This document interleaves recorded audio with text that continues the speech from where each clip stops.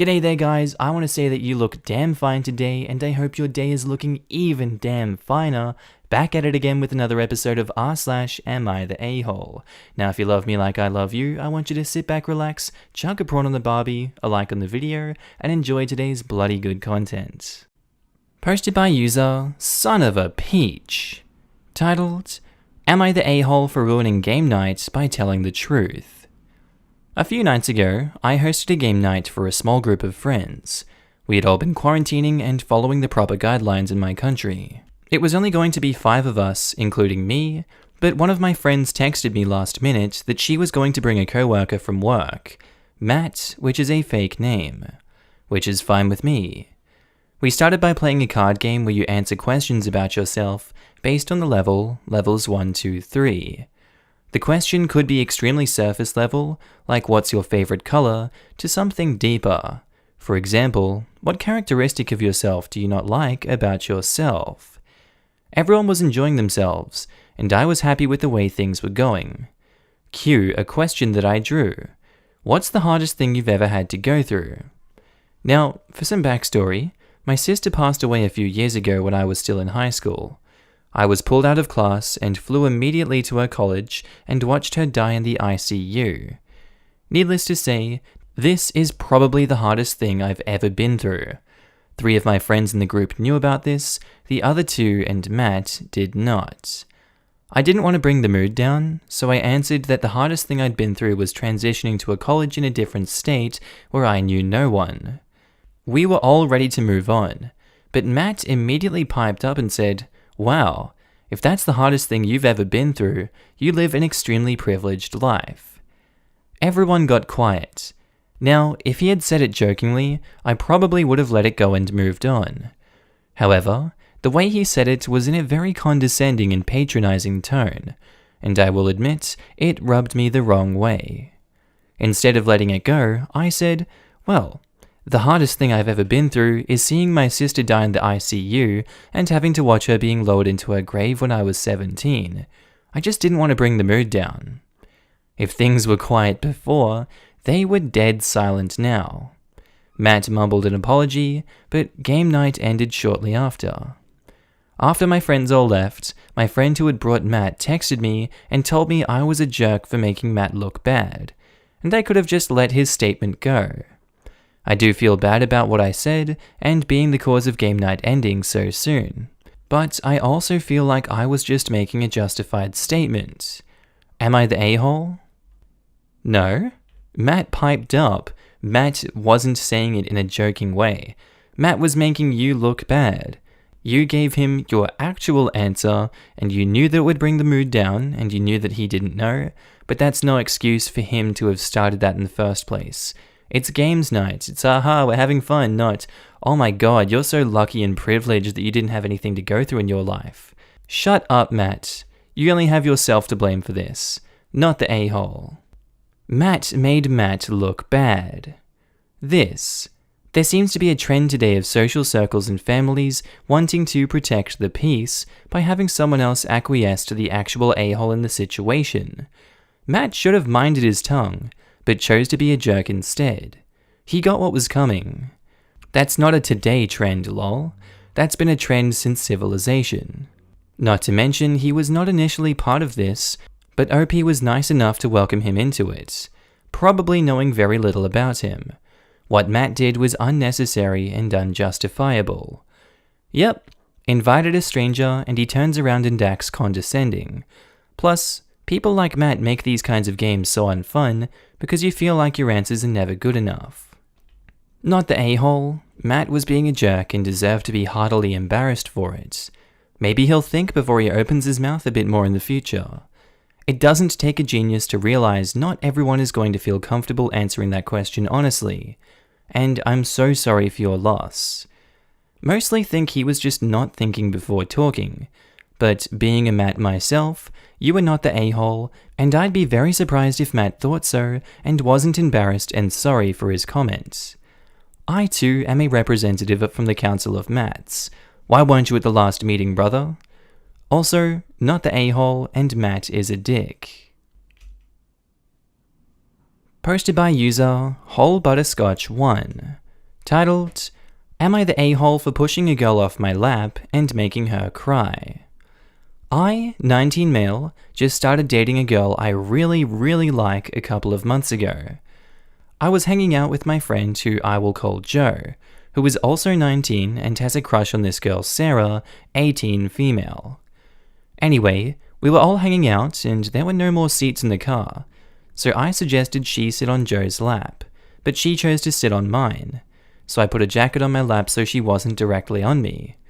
I felt really uncomfortable because she just sat her bony ass on me and I have a girlfriend who she knows I have. Anyway, when we stopped to get gas, I made her sit on my friend's lap instead, and she started to full on cry because I didn't want her to sit on me and I had to put on a jacket. I felt awkward and bad for my friend who likes her, and she was just crying on his lap and said that I was a jerk. She ended up texting me saying we have to talk about us, and I said, "What are you talking about, us?" And she said that I was giving her mixed signals because she thought there was something between us. I said, "No, I'm like this with all my friends." And she said I thought you were like that with Joe as a joke because he's just your friend. But me, it's because you like me, and that it made her confused because she knows I have a girlfriend. I said, "Nope, I'm like that with everyone," and told her I'm happy with my girlfriend and I don't want to date her. She called me an a-hole, and I haven't seen her since. Her best friend texted me and said I was being an a-hole.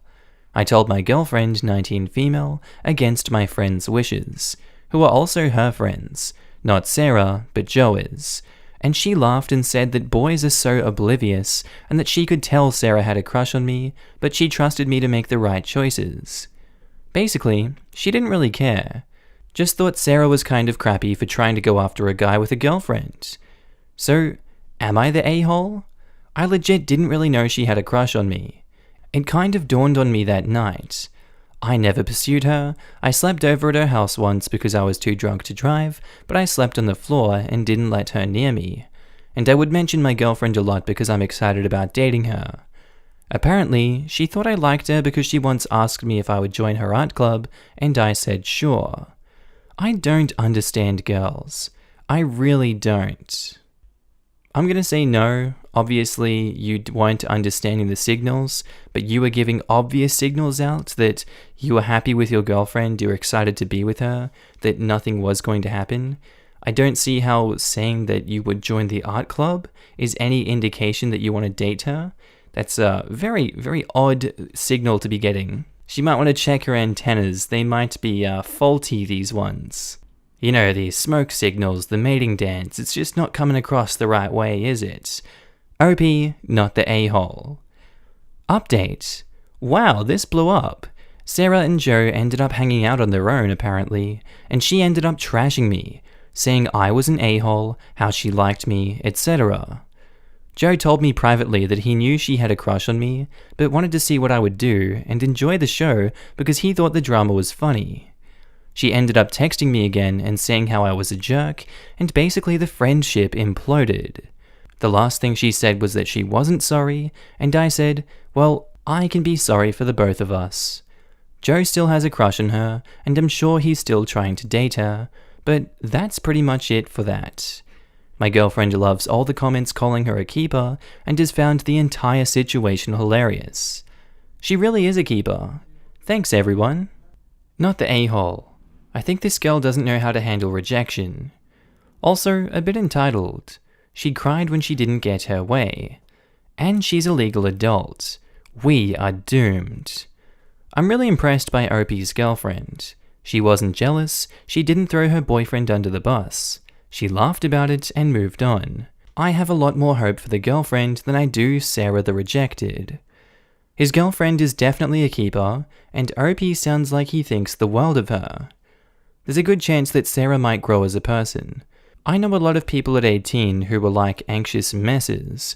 They've never been told no or didn't realize how to approach someone in a healthy manner.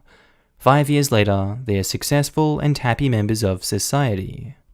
Not the a-hole, and I loved the last paragraph. I really just don't get them, lol.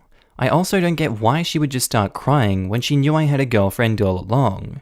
Jeez, she never had a boyfriend, so maybe that's why. I'd like to tell you that it gets less confusing, but coming from a dude who has been married for a long time, it doesn't. I'm a girl, and I still don't understand it. She is either really entitled, or she's acting a lot younger than she actually is. I work with women in their 50s who act like this.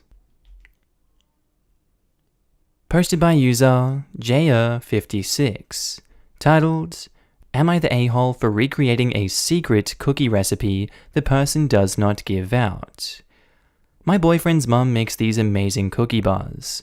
She makes them for the holidays and family gatherings, and people always request that she brings them. I asked for the recipe once, and she laughed and said no, that it was hers and she doesn't give it out to anyone. I dropped it and never asked again. I started baking a lot during the pandemic. It's been fun for me in my downtime. I decided with my free time to try to recreate the cookie bars my boyfriend's mum makes. I pulled up recipes that sounded similar from online blogs and started baking and tweaking. It took about 5 recipes in batches, but I finally nailed it down. Her secret recipe ended up essentially being a cookie bar known as a caramelita. I then decided to make it my own and improve it to my tastes.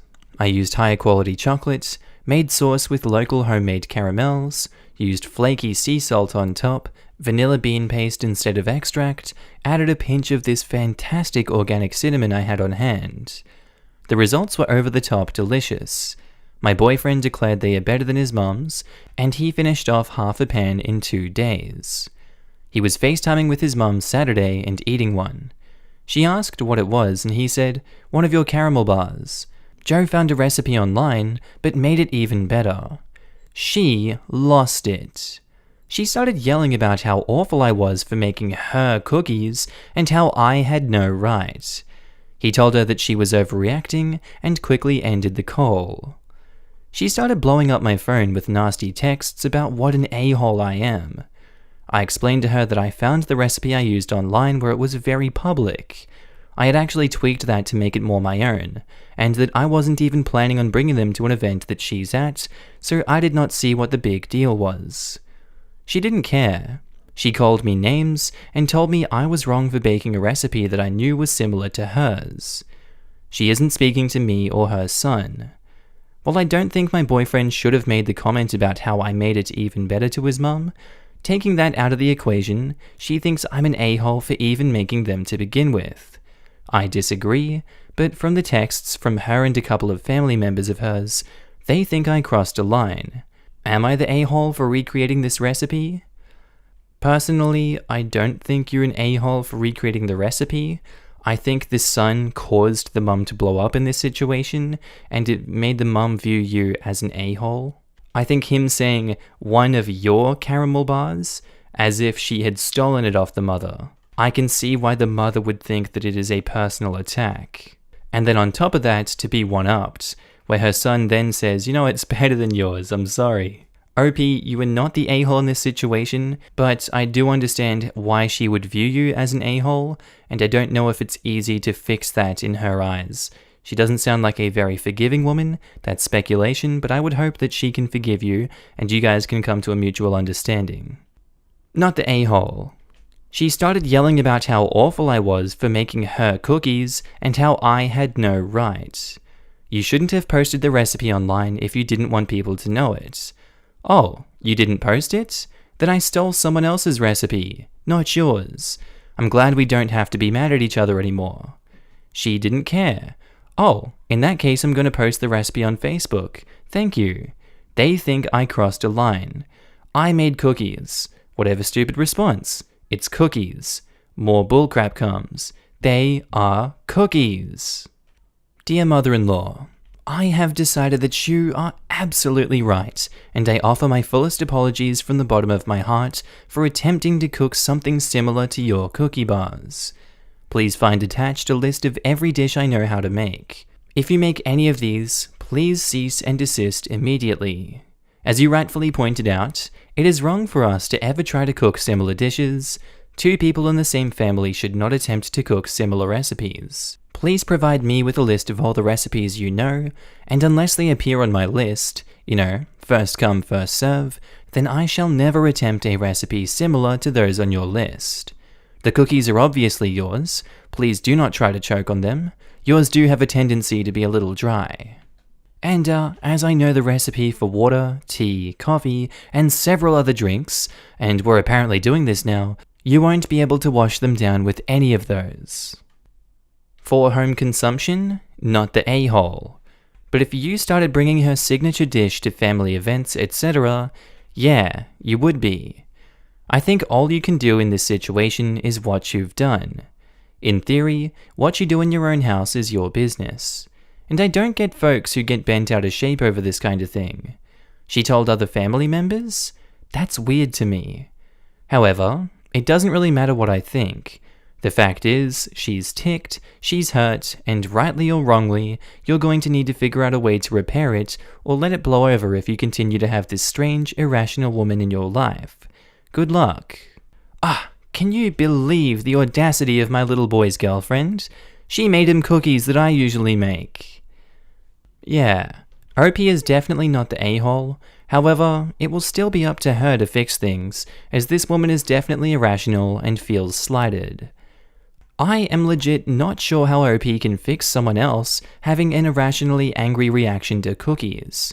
She already tried logic. Is she supposed to self-flagellate on a video call? Placating this poor reaction will only show Cookie Rager that yelling, name-calling, and cold-shouldering are all valid means of communication because it gets her what she wants. Presumably, OP crying for forgiveness for making cookies at home. OP is not responsible for her boyfriend's mother's emotional state. His mother is an adult who needs to regulate her own emotions and reactions. If his mother can't be asked to apologize for her severe overreaction, no one else has anything to do. Posted by user Colby1112. Titled, Would I be the a-hole if I cut my boyfriend off financially after he ignored my basic requests? Also posted on the advice subreddit, I'm 26 female, he is 27 male, and we have been together for 8 years. So I was in a bad car wreck a few months ago after getting T-boned by a semi. Because of this, I got a check for almost $19,000 as well as a brand new vehicle. I practically begged my boyfriend multiple times not to tell anyone we received the money because both of our families suck and like to mooch off of us, even though we are the ones struggling financially and we are the only ones who lost our jobs due to COVID. We got laid off within a week of each other and were both denied for unemployment, so it's been rough. I received the check from the accident 3 days ago. He instantly went off and paid $100 to his sister that we owed her, and apparently she asked where he got the money, and despite me telling him not to, he told her I had gotten my check. He instantly told me about it and said that he felt cornered. His sister has that effect on people, so I tried to push it out of my mind, even though I was peeved. Since that point, I've gotten phone calls from all 3 of his brothers, his 2 sisters, and even his uncle who I've never even met, due to him living out of state. All of them were asking for money. I hold true to my restrictions and didn't allow anyone to borrow anything because I know they will not pay me back, and I have more important crap to do with my money. Pay my bills, rent, pay off my car loan and student debt, and put away a big chunk so I can save for a home. The final straw was this morning. I wake up to a call from an unknown number at around 5:30 a.m., and it's his father. He's like, "Hey Jamp, how you doing? How you recovering?" So I gave him the rundown. Well, before he hangs up he says, "So Julie, my boyfriend's sister, told me you got your money. Peter, his stepson, turns 5 today and I didn't get my paycheck, and I'm fighting with payroll about it. Can you spot me $500? I instantly hung up and confronted my boyfriend about it. I told him my basic requests were ignored and that I felt disrespected and I didn't want people knowing for this exact reason. He told me I was blowing it out of proportion and that I could simply tell them no. I explained that that was beside the point and that I wanted to avoid having to turn people away left and right. He still thinks I'm overreacting. So now I'm at a loss where a part of me wants to cut access to my check from him entirely since he can't even follow basic requests. He's not spending the money on anything like that, especially without asking first. But the fact that he told people after I practically begged him not to sits really heavily on me. A part of me knows that he's right and that I could just say no, but I don't want to have to do that. Would I be the a-hole if I cut off his access to this money? No, that's just bringing people into your life that don't actually need the money. They just want the money and they're never going to pay it back. He sucks for breaking. He should have had a shinier spine. He should have stood up to his sister. He should have caused a fight with her. He should have been stronger. Anything but to break the promise that he made to you. And he was weak, and he didn't do it, and now you have vultures circling you like money-hungry grubs. Congratulations, boyfriend. Thank you, that was really necessary and needed. We love that. OP, you're not the a-hole. Cut him off. It's your money, not his. And if he just ignores what you want, he doesn't deserve a penny. He also doesn't deserve a girlfriend if he just ignores her when she asks him not to do something. My thoughts exactly. Clearly, he either has no idea how to handle money, or he has no idea how to care for another person, or both. Gee, I wonder where he inherited that trait from. Sounds like an inheritant dominant genetic mutation running rampant throughout his family. Exactly. OP is recovering from a car accident. She doesn't need the stress of random strangers asking her for money. Where were these people when she was struggling? Not the a-hole OP, and when his family calls, pass him the phone. He can be the one to tell them no, since it's so simple. This. Make him turn them down. It's his family. Why the hell are they calling you anyways? Especially people you don't know. Posted by user Throwaway Not Parent. Titled, Am I the a-hole for letting my nephew stay with me without his parents' permission? My 22 female sister is a single mum with a teenage son, 16 male. She's a very strict parent, and so were my parents. They don't accept anything less than perfection. Discipline and respect for elders is very important in our family. My nephew is a very polite and introverted kid. What caused this entire situation is something simple. Some of my sister's friends and children came over unexpectedly. Sis demanded nephew interact with him. Nephew didn't want to. He didn't know them. He felt awkward. He went into his room and locked his door. Sis called him multiple times, but he did not answer. Sister accused him of humiliating her by acting like a recluse. 2 weeks ago, my sister and mum kicked him out to teach him discipline. They packed his clothes in a bag and threw him out. Their demands were these. 1. They wanted him to apologize for his behavior. 2. They wanted him to apologize to my sister's 3 friends. 3. They wanted him to talk and interact with the family. And 4. They wanted him to be more outgoing and happy. Nephew refused, and they told him to find a better home. At about 12 p.m., this kid knocks on my door, and I listen to him and let him stay with me. It's been 2 weeks now, and I have no problem with him. He's a good kid, he doesn't talk back, he's not messy, he cleans up after himself, he does his chores, and he's very sweet. My mum and sister found out he's been staying with me for these past 2 weeks, and they are now angry with me.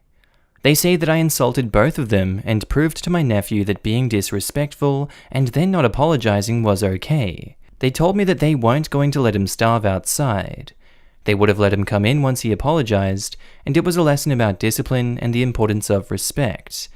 I completely ruined it. I don't have kids. I'm very immature myself. I'm not sure if this is an effective parenting method for a 16-year-old or if it's wrong. I myself grew up in a strict household like I mentioned, and I don't know how I feel about it. I just want someone to clarify. I'm sorry if this is stupid. Am I the a-hole? Edit. Thank you for the kind words. I appreciate it. And thank you for clarifying. I understand it was wrong. Edit 2.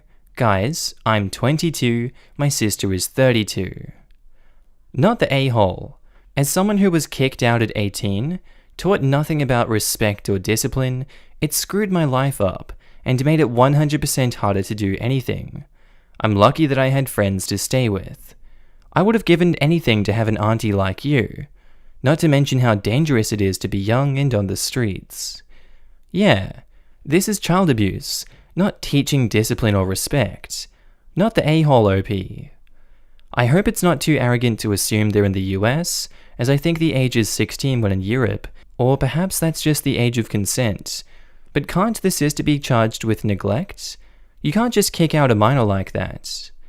The age of consent is 16, but you're still a minor until you're 18. This definitely wouldn't fly over here. Completely agree with this. This is abuse, not discipline. Also, they only found out he'd been with you when he'd already been there 2 weeks? 2 fudging weeks, with no clue where he was. Safe? Dead? These people have no place around children. If you haven't already, you should contact whatever the equivalent of child services is in your area, and get some legal advice about protecting him long term, and also get any financial support that you should be getting. I understand from some other posts that in the US states, throwing out a minor is illegal. You are not the a-hole, you are an amazing auntie and person. Good luck. Not the a-hole. Your mother and sister are abusive. Of course, your view is warped having grown up in such a home. Parents need to realize that while they can work to teach their kids morals and being kind and the like, using punishment to shape personality or interests only breeds resentment and toxicity. I'm so glad your nephew had you to come to. Your family are rotten, and he needs to be with someone nurturing. Good luck, OP. Posted by user SomeArtichoke4250. Titled, Am I the a-hole for telling my friend to keep her polyamory crap to herself or leave my home? I know it sounds bad, but context is everything. My friend Emily is staying with my husband and I for a week. She was evicted from her apartment after an incident with her ex-boyfriend, and she had just 2 weeks until a new lease started and nowhere to go, so she's staying in our apartment. One of the house rules I gave her was no visitors and partners. Emily is poly, and she has 5 current partners, and when I told her that none would be able to visit, as I am an asthmatic and I'm trying to stay safe, there was a lot of complaining.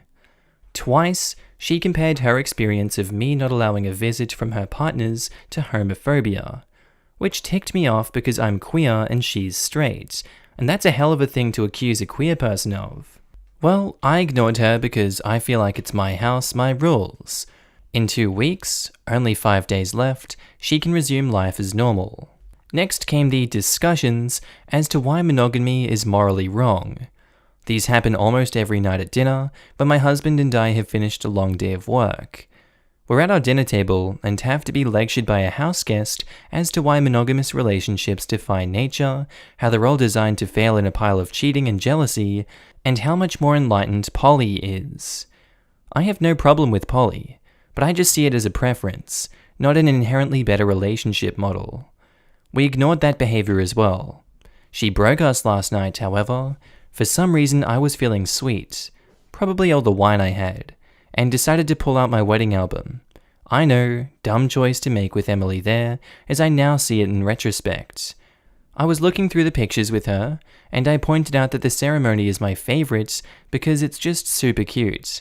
And she says, yeah, it's cute, but it's kind of a lie to promise a lifetime to someone. It's just not realistic. Well, I blew up.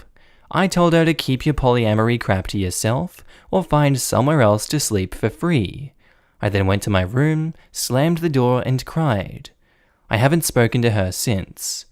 My husband is on my side. He's been sick of the lectures from her, especially considering how often Emily texts us, SOS, bad breakup, let's get drinks. I just can't take the condescension and lectures in my own home. Am I crazy? We are doing her a favor by letting her stay with us, and she's even been eating the meals I cook. Am I being a rude and controlling host? Is she being an ass by forcing her polyamory on you when she should know that it's not a common thing? Does she have no self-awareness? Why would you say, oh, you shouldn't promise a lifetime to someone, it's just not realistic? Actually get over yourself. You don't say that to a married couple. You should know to be respecting people, Emily. Dear Lord, why would you say that? Lots of marriages do come an end with the death of a partner. That's realistic, and that is promising your life to someone. I don't blame you, OP. I don't think you were being rude or a controlling host. I think you had enough of the condescension and you reacted, as we all would. Not the a-hole. She is a guest in your home. If she cannot abide by your rules and respect you, then she can find another place to crash at until she can go somewhere else. You are indeed doing her a favor, and she should be grateful for that instead of complaining at every turn. She's staying for free in someone else's home. If you can't follow a simple rule and not trash your host and her husband's relationship, you are a big a-hole. She's not even just generally spewing her opinions against monogamy either. She's very specifically applied it to OP and called their marriage a lie to their face. Absolutely not acceptable behavior. Not the a-hole, and you have every right to blow up, OP. A lot of us in the poly world view monogamy and polyamory as relationship orientations. For some, it's a choice. But for some, it's as bad as being gay trying to pretend you're straight. The whole polyamory is more evolved than monogamy is a load of horse crap. She is the worst kind of morally superior poly. People like her make the rest of us look bad. Yes, polyamory and monogamy are different but equal. Sorry on behalf of sane polys, OP. You are definitely not the a-hole. Your house, your rules. Your health should be number one on this person's list of priorities right now. You are doing them a huge kindness, and they are paying you back with total disrespect, both for your health and your relationship. You deserve better friends. Not the a-hole. If you were saying how all poly relationships are bad, and will fail, and are morally wrong, she would have been upset, and rightfully so. So why is it okay when she does it to you? Also, not wanting to be exposed to 5 other people during a pandemic isn't homophobic, it's responsible. I mean, they're all men, so it's not really homophobic to begin with. I guess she was just insinuating that I'm polyphobic. Is that a term? She has decided you're polyphobic so she can be ticked off about it, because you being merely germophobic in a pandemic is totally reasonable. Posted by user, deleted. Titled, Am I the a-hole for refusing to let my daughters see her children? Hello world of a Reddit. I'm very conflicted about what's happening with my family and am desperate for some judgment. I am 70 male, and I was with my wonderful wife Susan from 1967 to 2020, when she sadly died, also aged 70, earlier this year. I was absolutely devastated. We were together for over 50 wonderful years, and during our time together, we had 2 children, Tim and Laura. Susan and I tried our best as parents and gave them good childhoods, I think. They were well loved and never went without. Tim did well for himself, went to university and got a job with a degree that he studied, and is married and has 3 kids who are between 10 and 15 years old. Laura, however, went in the complete opposite direction of her brother. She went to university hell-bent on studying medicine, but dropped out at 20 after meeting a boyfriend, John. He had no ambition in life, and dragged Laura into a world filled with drugs, alcohol, and other unsavory things. Susan and I were not impressed with the lifestyle John and Laura were living. I was not a fan of John, but tried my best for Laura as she was my daughter, and she proclaimed to love him. The relationship was incredibly toxic, involving cheating and abuse on both sides and constant drug binges.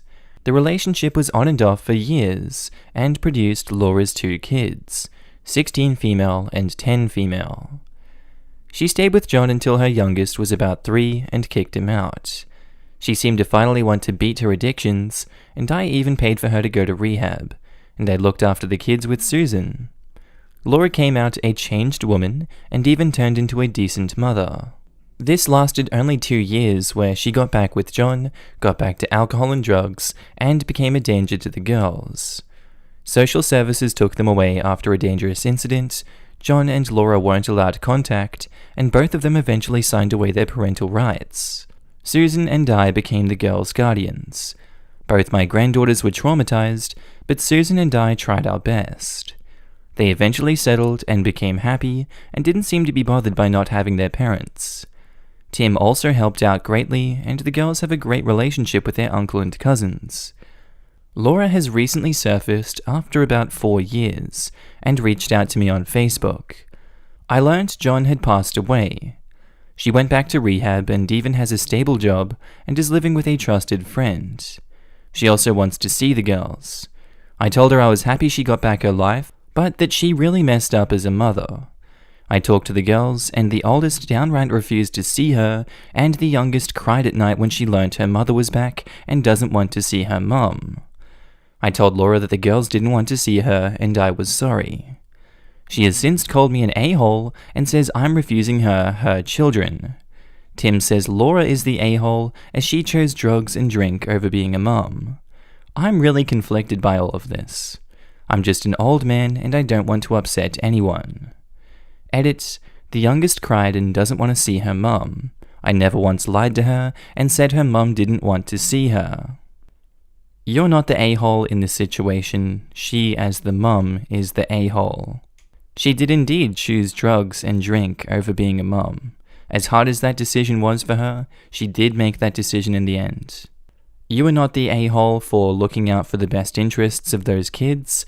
They said they don't want to see her. You seem to be taking a stance to defend the kids. That's admirable. She needs to learn boundaries. She needs to learn how to respect you as a parent, as her parent, and as now the guardian of her kids. That's simply unacceptable behavior, and that's all I have to say. Opie, not the a-hole. Laura made her bed and now has to lie in it. Social services don't just take away your kids for no reason. You were doing what you believe is right for your granddaughters, and you even asked them what you wanted. You sound like a loving grandpa. Agreed. They are really lucky that you continue to care and advocate for them, not the a-hole OP. Plus, social services don't just swoop in and take the kids. They must have majorly screwed up to not be allowed any contact. Whatever they did, it's probable that they put the girls' lives in danger. Not the a-hole, these poor girls are probably traumatized, and I'm glad they have OP. Please consider therapy for them. The youngest one crying like that shows how fragile those poor girls still are. Yep, not the a-hole. And once she had her rights terminated, they were no longer her children. The fact that OP asked his granddaughters if they wanted to see their mum was a courtesy he didn't need to provide her. And there is no point asking if you're not going to respect their wishes. Social services tries to work with the families if they can. Keeping families together is usually the most beneficial outcome. Whatever transpired must have been terrible. You cannot risk the children's mental health by exposing them. 16 is well past old enough to make a decision, and my heart breaks for the 10-year-old. Her strong reaction sounds like she's still traumatized. She needs help. They both do. I wasn't inclined to call the daughter an a-hole, as cleaning up and getting your life together is a big deal. Wanting to see your kids is natural, lashing out and feeling entitled to them, not respecting their wishes after the crap she put them through, is a real lack of growth. Not the a-hole. I'm sorry for your loss. You and your wife have done a wonderful job with these girls. Take care of your family and yourself. Not the a-hole. It's up to the girls, and they've made their choice. Laura doesn't get to waltz back into their lives whenever she wants and make demands after what she put them through. You were doing the right thing. She also signed her parental rights away. She has no leg to stand on. The only way she gets to see her daughters is if they want to see her, and they are adamant about not wanting that. She can demand all she wants, but she's a bit too late. Agreed, totally not the a-hole. While the girls weren't lucky in the parent department, it seems they were very lucky with loving grandparents and extended family. Posted by user ChaoticNature32, titled, Am I the a-hole for refusing to let my sister and her kids move into the house that I bought? I'm a 32-year-old woman, and I just bought my first house. It has 3 bedrooms, a yard, and is just what I need right now. I'm single and have 2 dogs. My sister is 34, has 3 children, and lives in a 2-bedroom apartment. Lately, she's been talking about how such a tiny living space is not enough for the 4 of them. When she got to know about the house that I'd bought, She became very upset and told me I was being wasteful as I'm single and don't have kids and therefore don't need such a big space. I reminded her that what I do with my hard-earned cash is none of her business. She went on to complain to our mother about how selfish I was being. Yesterday evening, I got a call from my mum telling me I shouldn't let my sister and her kids move into the house. My house. I told her that no one was going to live in the house that I paid for but me, and that extra space would be great for my dogs to play in. My mum also got very upset with me and told me that I was being unreasonable, that my sister's kids are growing and need the space more than my dogs. I offered to help my sister out financially so she could rent a bigger place. My mum got my sister on the phone who shot down the idea, telling me I needed to let her and her kids live in my house. When I refused again, she very generously suggested a compromise. I could live in the house with her and her kids and would not have to find somewhere else to live. She said this as if she was doing me a favor. I told her that she had lost her mind and hung up. Am I the a-hole or is she? I know my sister is struggling financially, but this kind of entitlement is ridiculous. I'm just perplexed at how she thinks she can make those demands of you. Your own mother, she's just like, you know what? No more Mr. Nice Mum. You're no longer allowed to live in your own house that you paid for, by royal decree of me as a parent, because I'm pretty cool like that. And we'll compromise on you can live with them in your own house. How does that sound? Well, hey, I'll have what she's having because, damn, that's a world I want to live in. Opie, you're not the a-hole. Your sister may be struggling financially, but, it's not particularly your problem. They have their own house to live in. They don't need your bigger house. Many people grew up in much worse situations. It would be kind of you to extend your house for them to use for a bit, but you don't have to, as they already have their own house. Oh, thank you, Snossage Festivus. He's really cut out all these parts for us. He says, I'm a 32-year-old woman and I just bought my first house. My sister, and then we scroll all the way down to the bottom, is ridiculous. Hardiest, not the a-hole possible. Not the a-hole, your sister is though. If you're worried about her trying to gain entry and moving in, or your mother helping her, make sure they never have access to a key. And also, if you haven't already, consider installing video surveillance outside, so you have proof if they ever try something. This 100 times over. We've bought 2 cameras from Wise with weatherproof casings and hung one at the front and back doors. They've been up for just a year now, and in that time we've caught someone casing the house for valuables, a window cleaner destroying the doghouse, and 5 postmen neglecting delivery, giving us proof to fight it without the postal service. Less than $100, no subscription fee, live video, 3-day viewback. God, I love them. I have one of these, and this is a fantastic brand. I highly recommend as well. I am also a single woman living alone, so I get needing something reliable and cheap as a bonus. Info. Did I read that correctly? She offered to let you stay in your house once she moved into it as a compromise? A house that you paid for? Yes. Earlier, her intention was only for her and her kids to live there, and I would live somewhere else. Wow! We are well past entitled and closing in on crazy. She actually expected you to basically give her and her kids your house to live in as her own while you lived somewhere else? Don't let her move in, don't help her financially, don't even talk to her anymore. Not the a-hole. Why is she being this unreasonable? Is she tired and depressed from the struggle? Is she usually this untitled? Her getting mum on board points towards the latter. I'm guessing that there was an unfair preference for your sister while you two were growing up. A further guess is that this resulted in your self-sufficiency and her lack of it. Your guess is absolutely right. Posted by user Leak Fluffy.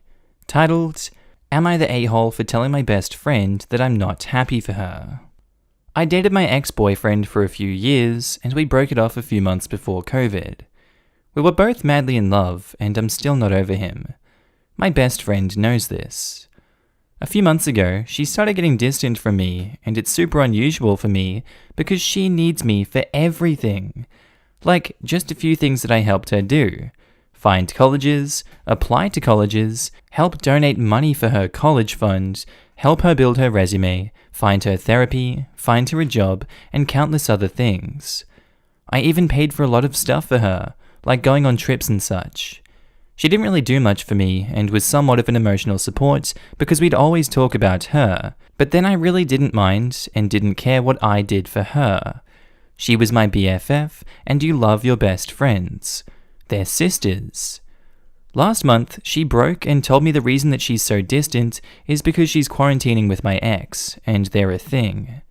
Whatever hopes I had of getting back to my ex is squashed because I don't think I can get over him hooking up with my best friend. I'm super heartbroken, and I know that you don't own people, but that doesn't mean that you can't be upset about their betrayal. Yes, dating your best friend's ex that she still loves is a betrayal. She asked me if I was happy for her.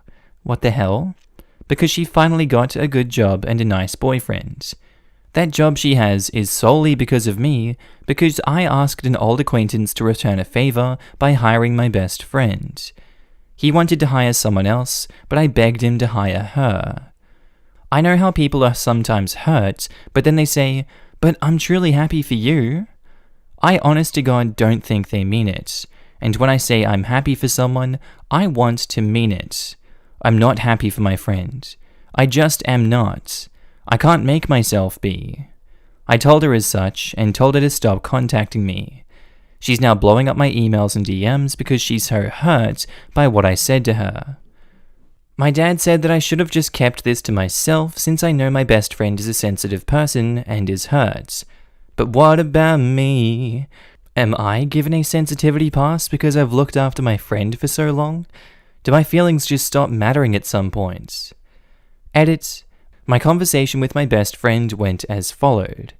She called me with the news and said that she didn't know how to tell me, didn't apologize FYI, and then she followed it up with how she's finally doing well and doesn't have to rely on me for money, since she has a nice job and also a nice boyfriend. I told her I was not happy for her. I reminded her that I got her the job. She knew and was fine with it, and that I've done so much for her over the years, and she thanks me by backstabbing me and getting with my ex. She knew that it would hurt me, and if she'd done it when I was well over him, or with my permission, I'd feel differently.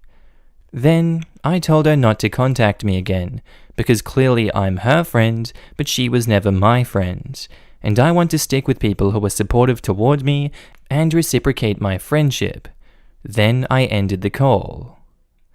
Look, some people might think that saying that you're not happy for her is an a-hole thing to do, but I don't understand that line of thought in this situation. It's not pretty getting with the ex of someone that you're best friends with when you know they still have feelings for them. I mean, I feel like you should have a bit of self-control in that situation and not get into a relationship with that ex. That seems like a very respectable thing to do, in my opinion. So this best friend is being very, very much not respectable to her friend and kind of screwing her at every avenue, not being truthful about it straight up, hiding things from her when she's been relying on OP for like everything. I feel like, for the time being, it's for the best that she ended the call and ended the relationship with her friend. That's not a healthy dynamic to have, and I don't blame her for doing so. Sometimes you just need time to yourself. So, OP is not the a-hole. With literally billions of us here, it's pretty easy to not date the one person your best friend has feelings for. Exactly this. The reason she dated your ex is that she's an emotional vampire. She didn't need you to do all the things for her logistically. She just needed you to give to her. Now you've given her her last thing.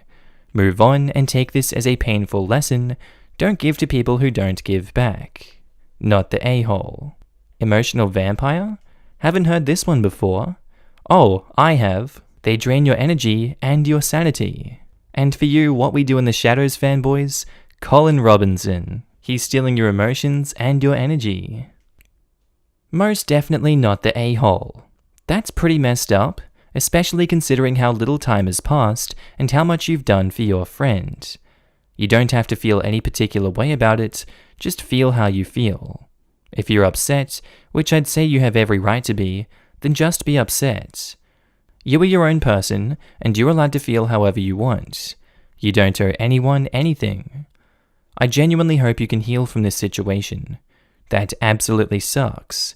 And to be clear, healing from it doesn't necessarily mean you have to be okay with it, nor be happy for either of them.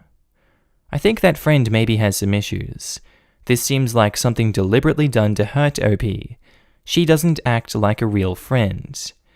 Based on the info, I would definitely agree. Her message about, "Are you happy for me?"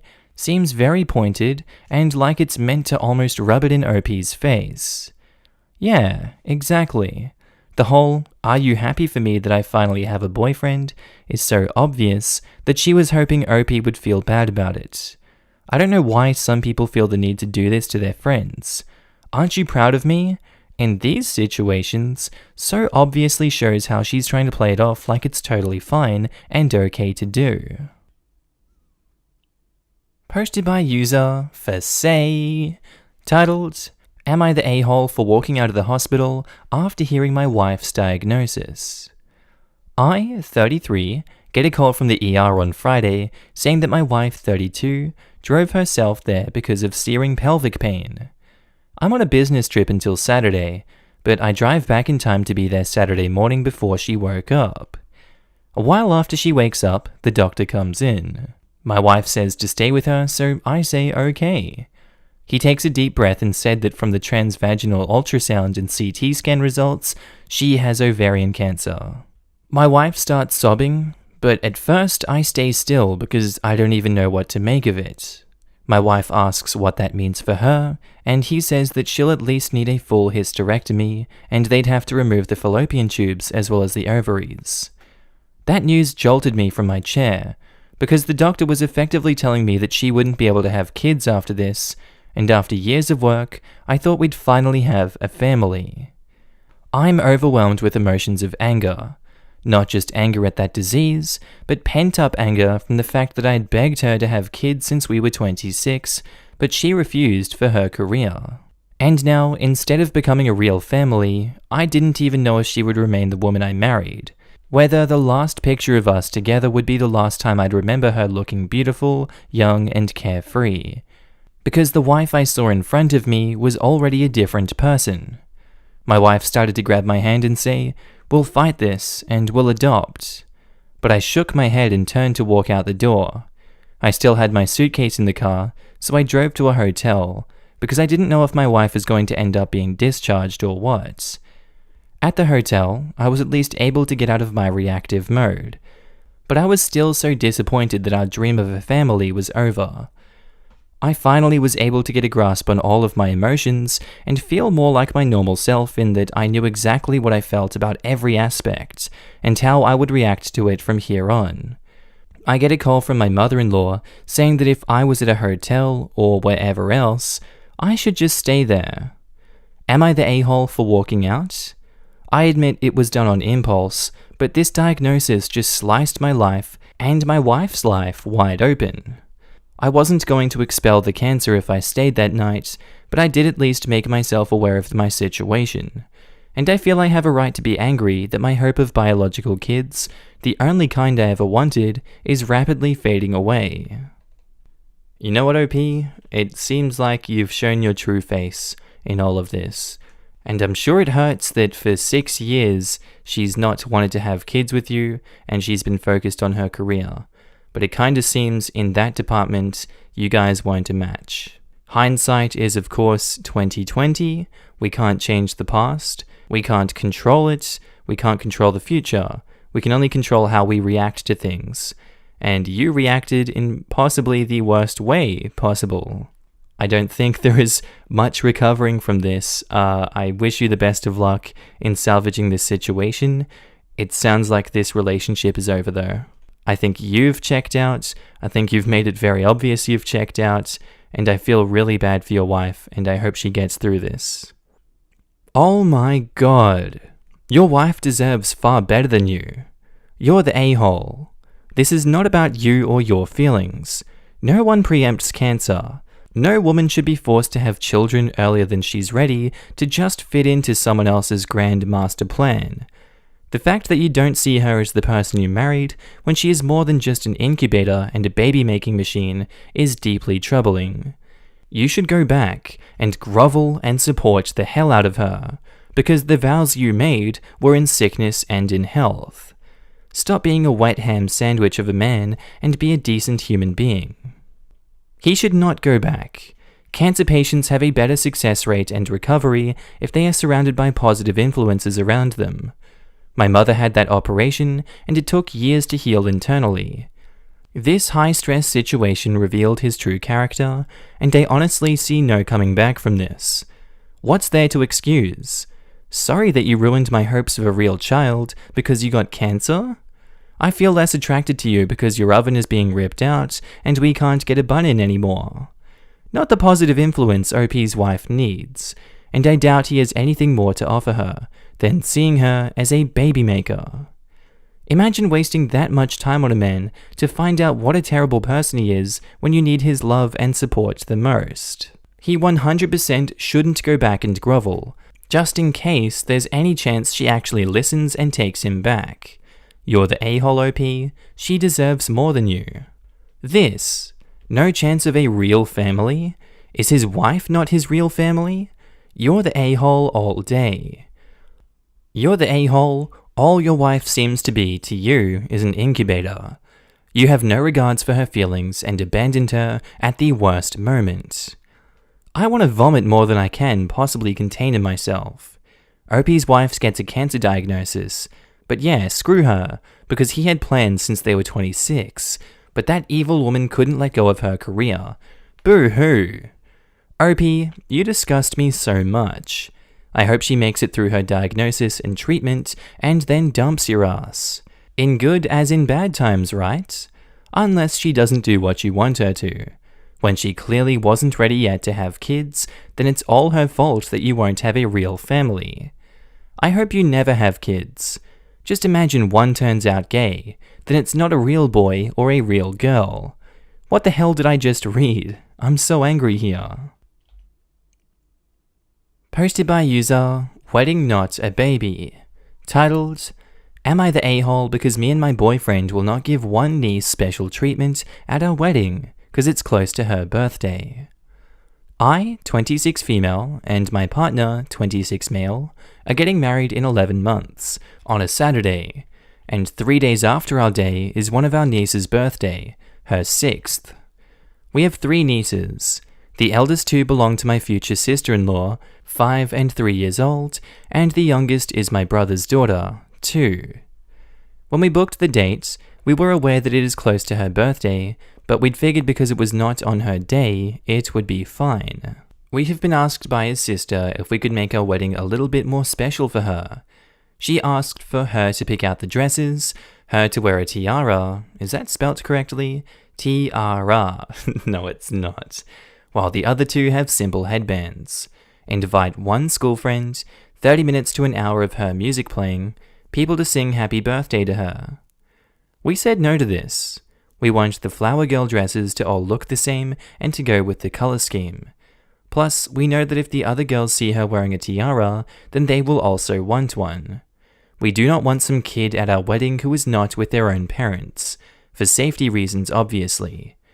30 minutes to an hour of Disney music and pop songs sounds annoying, but all guests are welcome to request songs to the DJ. We are not that bothered about the happy birthday, might have people do it for her after we cut our cake, and maybe bring her out a little cupcake with a candle. My sister-in-law is unhappy about this, because our wedding means she will not get a birthday party that year, and she thinks waiting until the weekend after is too long and will upset her daughter. My partner is starting to cave, but I don't want to budge, but he feels bad. Am I the a-hole? No? What? It's your wedding. You don't have to cater to this little girl's birthday. You booked it long enough in advance that she still gets her special day 3 days later. She has enough notice. This is another case of r/entitled parents.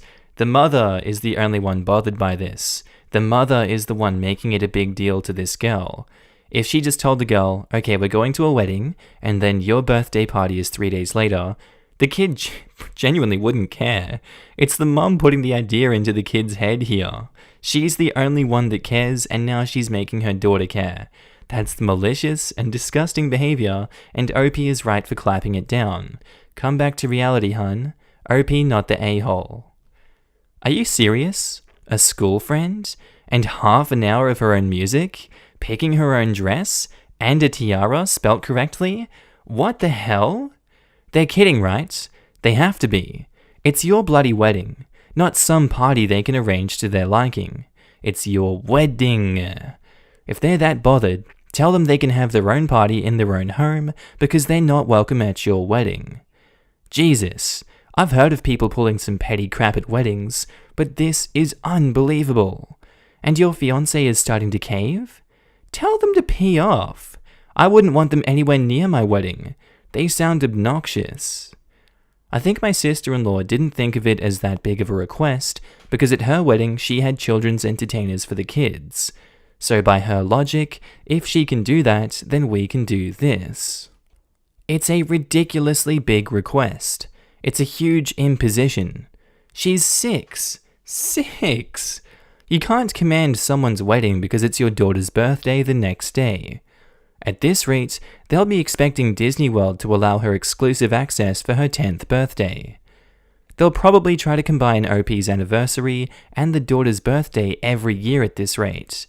They'll say some crap like, it's not fair you two are getting a fancy dinner for your anniversary when my daughter's birthday is in 3 days. God damn. Their 10th anniversary is going to coincide with this child's sweet 16th. How dare they plan a romantic getaway when the social event of the season will demand their presence? I am the worst aunt ever. People will boo me and leave dog poo on my doorstep. For the record, I don't for a moment consider you a bad aunt. Your sister-in-law, on the other hand, sucks. And by sucks, I mean she could suck the holes off a golf ball. I'm still quite crossed by the sheer arrogance of the woman and her demands. I'm amazed anyone can be so thoughtless about someone else's wedding. Not the a-hole. Holy entitlement, do not cave, do not give in. None, and I mean none of those demands are reasonable for your wedding. This is you and your fiancé's day. Not that child's. It's not even on her actual birthday. She can do all those things at her own party. Also, the cupcake thing would be cute, but wholly unnecessary in my opinion. She may be young, but she's plenty old enough to learn the word no, and to not always expect to get her way. It sounds like the issue is equally or more so with her mother, but if you give in, nothing will ever change, and she will surely grow up to be an entitled, spoiled person. Posted by user Maybe Mother-in-Law, titled, Am I the a-hole for refusing to support my son's pregnant girlfriend until she takes a paternity test? My son, 24 male, and his girlfriend, 24 female, have only been together for 6 months, and she is apparently 4 months pregnant with his baby. They've actually been friends since high school, and so my husband and I have known her for a few years as well. She is a lovely girl, but honestly, she's not someone I had hoped would be the mother to my first grandchild. First of all, she's a recovering drug addict and alcoholic, and while she says she's been clean for 3 years, a relapse is always possible. She only finished high school with her GED, and she now works as a waitress full-time. Her parents died years ago, so she is largely on her own. Our family is considerably better off, and my son is joining his father's business, meaning his salary will be quite high, and will only continue to grow. Since my son first told us she's pregnant, it can't escape my mind that he may not really be the father, and that she picked him out of potential others because he would be the best in terms of support. My son is pushing us to help her with some of her pregnancy expenses, and I told him we would, under the condition that she get a paternity test first. He completely blew up at that, accusing us of disliking her, which is untrue, and not wanting to be grandparents, also untrue. He says that he loves her and trusts her, and that he can't wait to meet his baby. I get that, but I think he's being idealistic. If he wants our support, we want a paternity test first. If the baby is truly his, then we would be happy to welcome her into our family, and we would be happy to help her out. Am I the a-hole? Going on the thought process of you judge yourself by your intentions and you judge others by their actions, it's pretty clear that's exactly what's going on here. It seems to me that the son feels like he's being attacked, that they don't support the partner because of the actions of paternity test before we help you out. They can justify that afterwards if they'd like, but right off the bat, he's going to believe, hey, they don't trust me and my partner, they don't actually support us. Why does our support have to be contingent on a paternity test? Why do they think my partner would be like that? It seems unnecessary and very rude for the family to do that. I'm sure there's relationships where that would be a thing that people would want to do, but this really doesn't seem like it. The woman has lost both of her parents. She's recovering from drug and alcohol addiction. Now, sure, this could be a situation where you want to put it in that frame where you're saying, you know what, we don't want someone like that in our family. But does this woman need to be judged and kicked out of her family first with a child on the way that could well be your child? Do you want to put your child in that circumstance? There's a lot of factors at play here, and I feel like they're going about it in the worst way possible. So, because of that, it's you're the a-hole, but I can see why people would think not the a-hole. Edit. There are 7k replies to this post, and over 200 private messages in my inbox that I can't reply to. It's a pretty even mix of you're the a-hole and not the a-hole, so clearly the only thing everyone can agree with is that it's complicated. I've gotten messages to kill myself, I've gotten messages calling my son an idiot, and I've gotten messages from the MGTO, Men Go Their Own Way, subreddit, telling me that my girlfriend is clearly a lying sociopath. I have also gotten a lot of messages from men who found out their child wasn't theirs after several years, who wish they had found out sooner. It's a lot to read and a lot to think about. Many people have called out my attitude towards this girl, and I'll be honest, it is making me think. He completely blew up at that, accusing us of disliking her. Untrue. Reread the first part of your post. Even to internet strangers, it's pretty obvious you don't like this woman. Right off the bat, you aren't being truthful. You're the a-hole.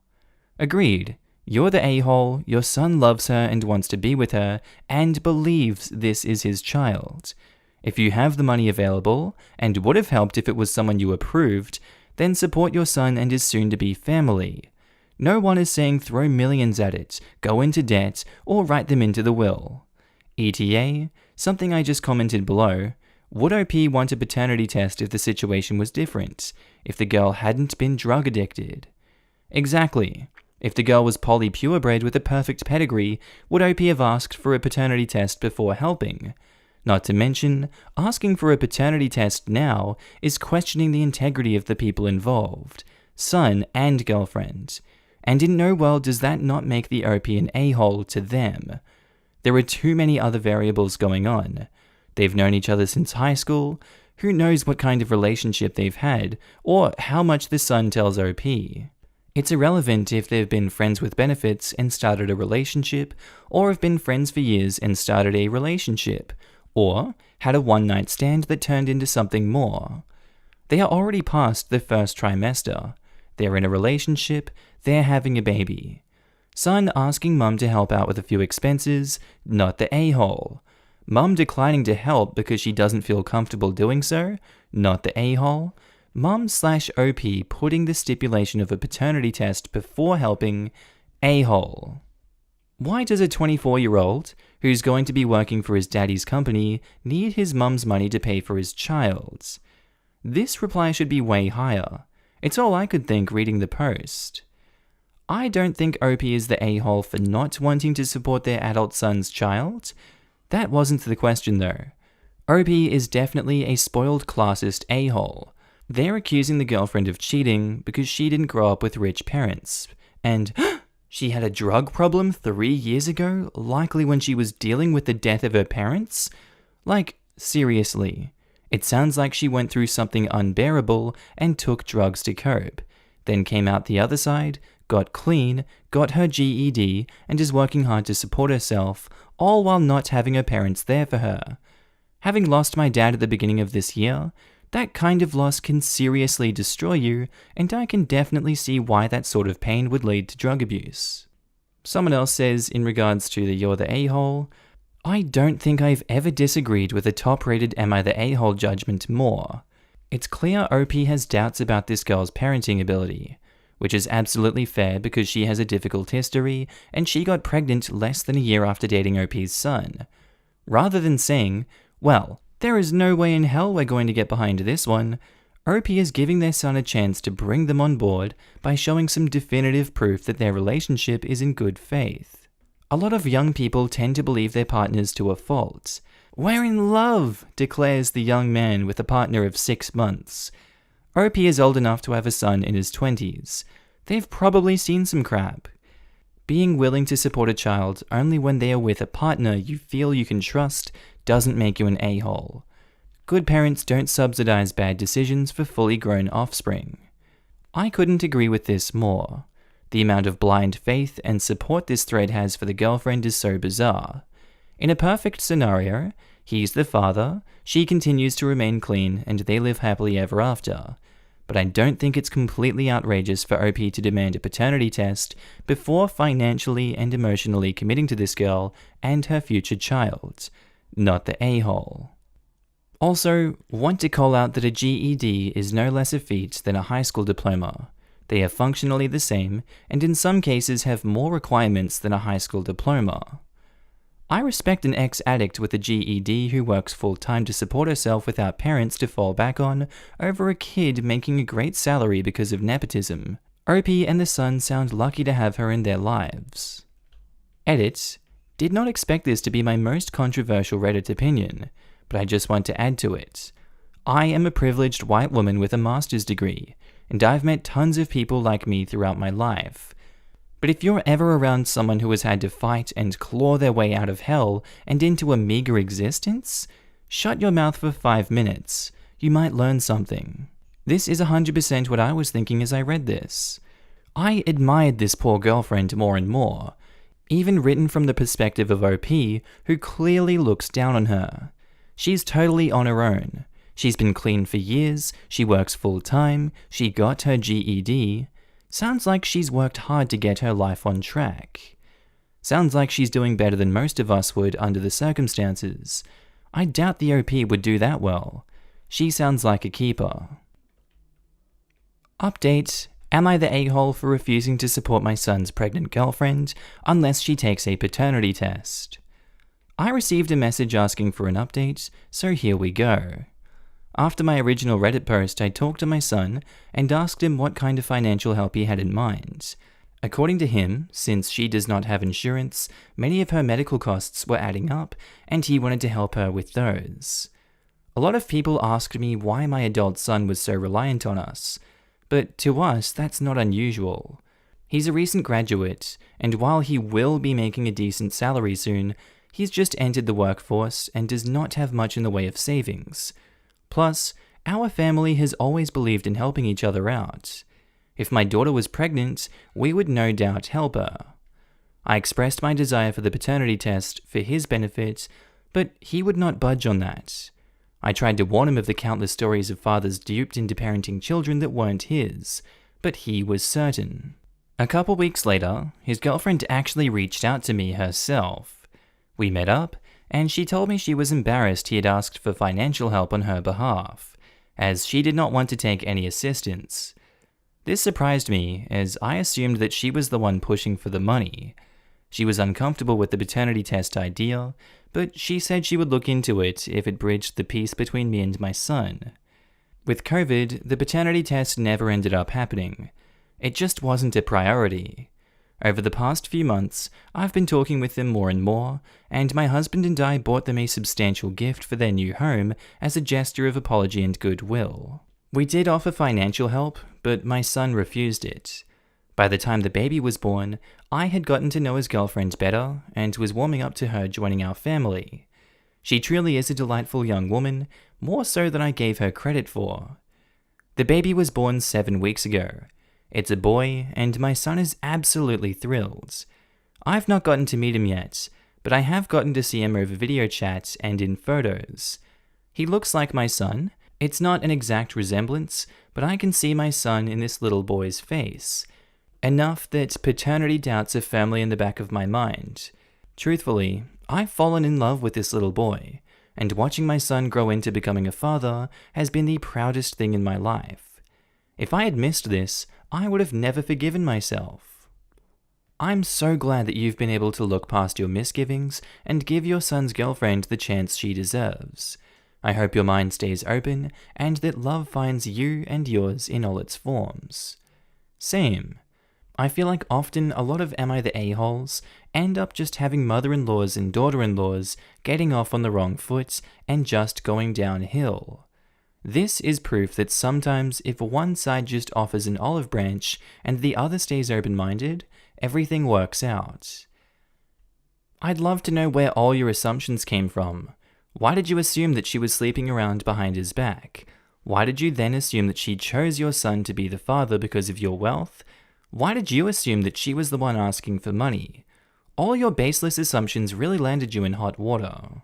I must also say that my daughter's grandmother did the same exact thing to me. She based all her assumptions on trash that her son had talked about me.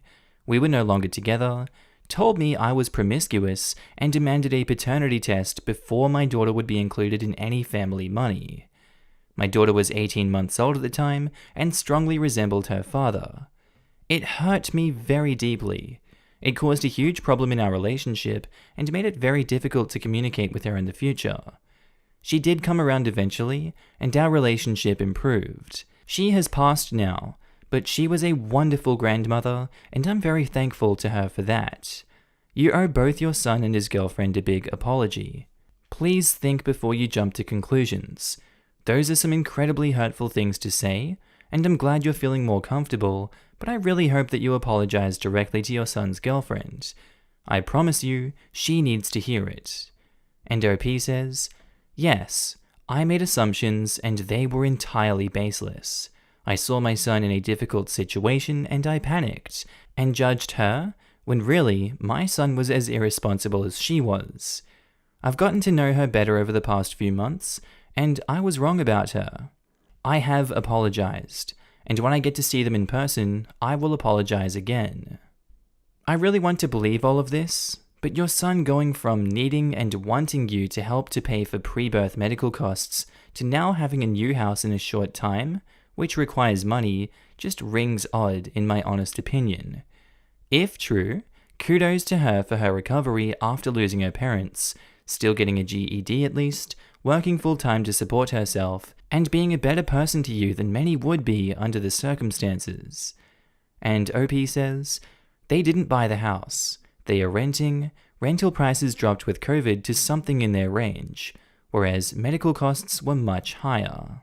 The last one that I could see here about OP, someone said, why not just do a paternity test anyway and see what happens?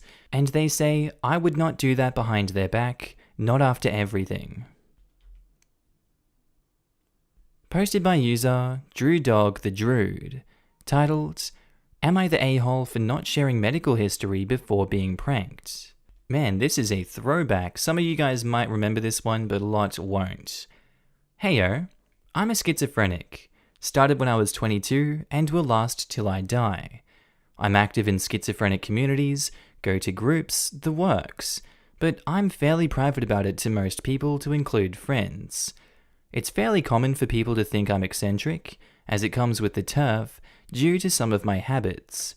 Those habits include not going to parties or other places with lots of people, suddenly deciding not to do something, I have to be protective, not to do or go to certain things if I think a delusion might be coming on, saying the occasional odd quip, normal schizophrenic stuff. Some friends thought it would be funny to make it seem like I might be going crazy as a group. They would individually wear something like a wizard hat or a dinosaur costume, the T-Rex blow-up costume, to a group event, or say something totally out of the ordinary and pretend like it was normal. Oh, police like to track people like you. COVID's just a way to microchip you, etc. These are very real scary thoughts to me.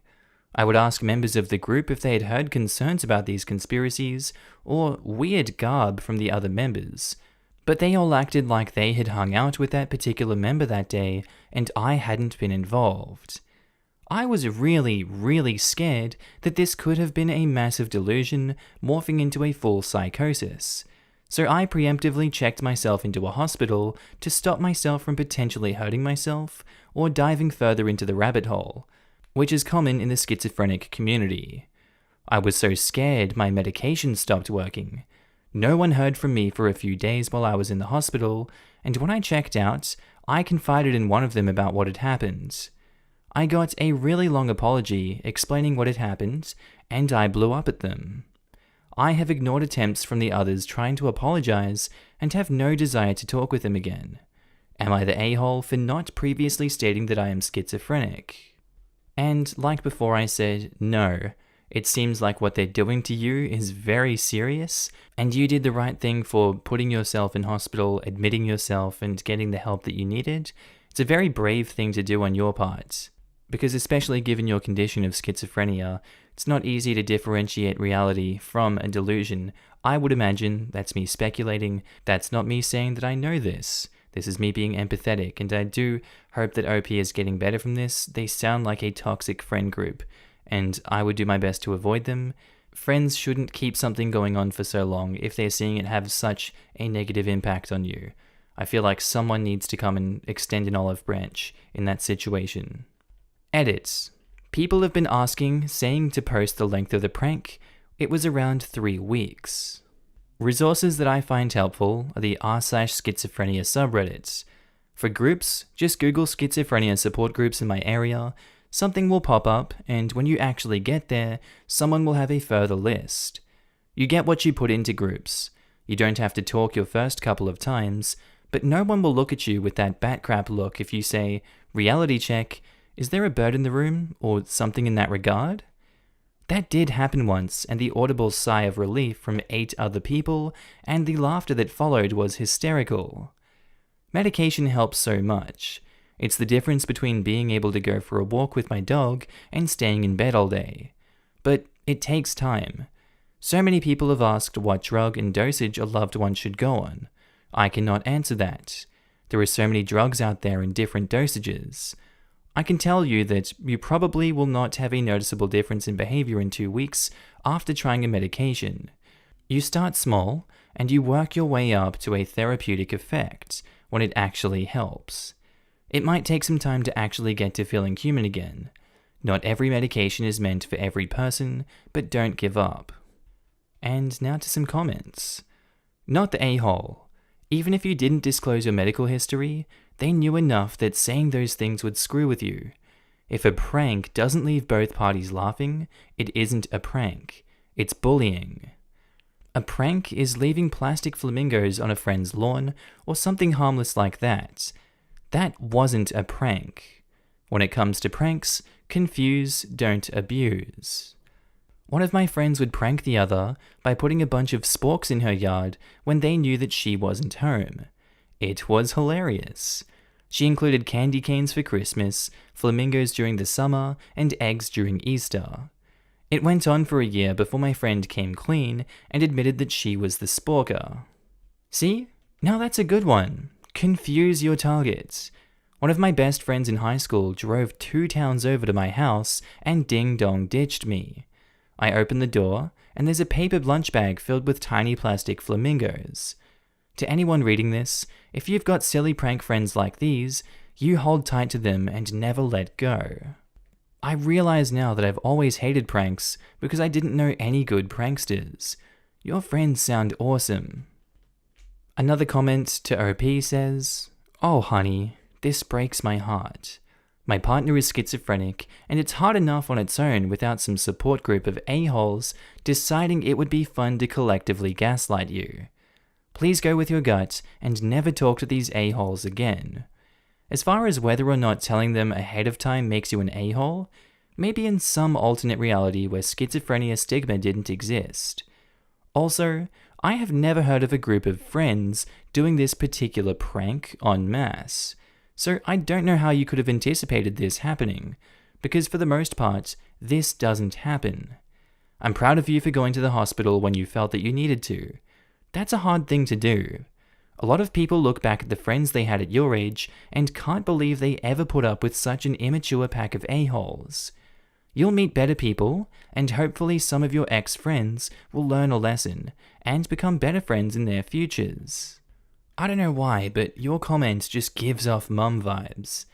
Yeah, I'm not a mum, but I'm really protective of younger people going through the same things as people I love the most. Update: am I the a-hole for not sharing my medical history before being pranked? Heyo, I had a few folks message me over the last couple of months, the latest tonight. It touches me that so many of you still message me to see if things are going well, so I wanted to update people en masse. Life is going phenomenally. I axed the friend group and have since been kicking butt. I realized that if my close friend group was consistently putting me down or taking advantage of me, who else could be? The biggest answer was myself. I stopped doing things I enjoyed to invest in people that took joy in hurting me. Turns out, it went so much deeper than gaslighting. I got 2 new hobbies, woodworking and brewing. I absolutely love them both and have made friends in those communities. I started cooking instead of takeout, and I met the woman who is now my girlfriend at the local supermarket, and we do most things together now. I realized my job had been taking a huge advantage over me. I worked significantly harder and longer hours for less pay than the employees under me. After I transitioned to taking better care of myself, I created a resume that outlined my successes. Recognizing those successes took quite a bit of effort, and got a new job in higher management for significantly more pay. I'm also going to buy a house this December with a yard for my dog and I. Nothing big, just a nice 1-bedroom with a large yard for my buddy and I to play fetch in. So, thanks Reddit, owe you one. Never would have made life improvements if it weren't for an external force. Wow, I absolutely remember your original post as someone else who struggles with mental illnesses. They were so completely out of line, but never forget who got you out of that dangerous situation. You. You have been working on living a stable life long enough to know that something was off and your health was number one. Keep realizing your worth and living a kick-ass life. Absolutely this. OP should take full credit for the steps he's taken, and I fully respect him for taking those steps, as they must have been difficult, and it would definitely have taken a lot of courage on his part. Leaving a friend group, no matter how toxic they may be, is always a hard thing to do, and I respect him even more for having the courage to do this. I'm really glad that he's found and pursued new interests and hobbies. OP is fantastic. My half-sister is paranoid schizophrenic. When she was 16-ish, she was convinced by my Pentecostal grandmother to get off drugs, prescription medications, and move away and work Teen Challenge. About 10 years later, she came back into our lives, almost like a mildly rabid animal. She had been through a lot due to being unmedicated for that decade, not the least of which was brain damage from a television being thrown successfully at her head while she was being robbed. She now resides in a nursing home. Due to the above, I have no idea what a functional schizophrenic is like. OP or anyone else, would you care to elaborate, even mildly? Absolutely. 100% going to have triggers for anyone that is sensitive. Okay, if you are sensitive to this, I suggest that you don't listen to this part. It is quite long. So, I'm going to be totally transparent. At first, it totally destroyed my life. I was 22 when I was first diagnosed while I was in the army. At the time, I had just made sergeant and completed an army field trip. I was doing great things. My troops were killing it, and then I started hearing voices. At first, I just tried to drown out the voices with alcohol. Then it got to harder stuff like cocaine, Molly, other 3-day drugs. I wasn't really depressed per se. I loved life, but one day I just had enough. I had a fantastic plan. I was going to empty my bank accounts, donation to the Alaskan Zoo near where I was stationed, and a couple of other places. eat lunch at my favorite ramen place, walk around downtown, eat at my favorite restaurant, which is Orso's, and then blow my brains out down by the mudflats. I had pre-scheduled text messages that were supposed to be sent at 9 p.m. to my boss that explained what I had done and that my stuff was packed up in my barracks room with letters to friends and family. One of them sent early for some reason. Thank God, and he called me. I went to the hospital for a week and was immediately ostracized, lost my position, lost my troops, and was not allowed to be near my friends. My commander had no idea what to do with me, so I stayed in limbo for a few months. In those months, I had 6 attempts at going to behavioral health clinic to get medicated. I finally just asked for a chapter, which is when life really started after getting diagnosed. I went back to my parents for a few months, got on medication, and then moved to Arizona to be somewhere warm. It was rough. Really, really rough. I had troubles holding down jobs for 6 months, couldn't pay bills due to being broke, and ate ramen once a day for quite some time. I got a dog during that period, and that's when life really started to turn around. I made friends, the group previously mentioned in the last AITA, go to regular groups once a week, 2 times if I need it, and began working in hotels. It was a natural fit. Finding a job that I could naturally fit in and do is paramount for recovery, as it gives hope for the future. This makes me so incredibly happy. Good for you. Also, OP, can we hear how you and your girlfriend started dating? I'd be lying if I'd say I'd never imagined meeting a future partner at the grocery store, and I want to live vicariously through you, lol. So, it was at the local Friar's grocer, and I was totally lost looking at the baking supplies that I needed to make pastry with. Evidently, I was taking quite a bit of time because this woman asked if I was feeling okay. I laughed and said that I was trying to make a phyllo dough for a pastry dish, and wasn't totally sure between the types of flour and baking sodas/powders and all the other things. She laughed, offered to give me a family recipe, and gave me her number for her to send the recipe. The rest is history. She offered a family recipe to a complete stranger? I'd like to think my shirt that day was rather dapper. Posted by user Scott Party, titled, Am I the a-hole for not giving my brother and his wife any privacy? My brother lost his job along with all his savings several months ago, and soon after, he asked me if it would be okay if he, 28 male, and his wife, 30 female, stayed with me until they could afford their own place again. I hesitated at first, considering I only have a 1-bedroom apartment, but according to them, they had no other options. So, of course, I invited them over and bought a blow-up mattress for the living room. For the first month, things were manageable, although admittedly cramped. Then, my brother told me that sleeping on the mattress was giving him back pains, so he asked if he could buy a small double bed for the living room. The living room is by far the biggest room I have, so I told him that would be fine as long as there was still room for my couch, TV, and bookshelves. The living room is also connected to my kitchen in an open-plan style, so I reminded my brother to leave walking space around the bed. It's now been 2+ months and things have gotten a lot worse. When they first moved in, I would still use the living room every day to unwind on the couch after work. Now, whenever I go in there, there's a strange vibe like I'm intruding. My brother and his wife are often sitting in bed together when I go in. I always knock and stare at me pointedly until I leave. Sometimes when I sit down, they'll directly ask me for some alone time and say they would like the room to themselves. This came to a head yesterday when my sister-in-law messaged me with a timetable she'd made when it would be a good time for me to use a living room.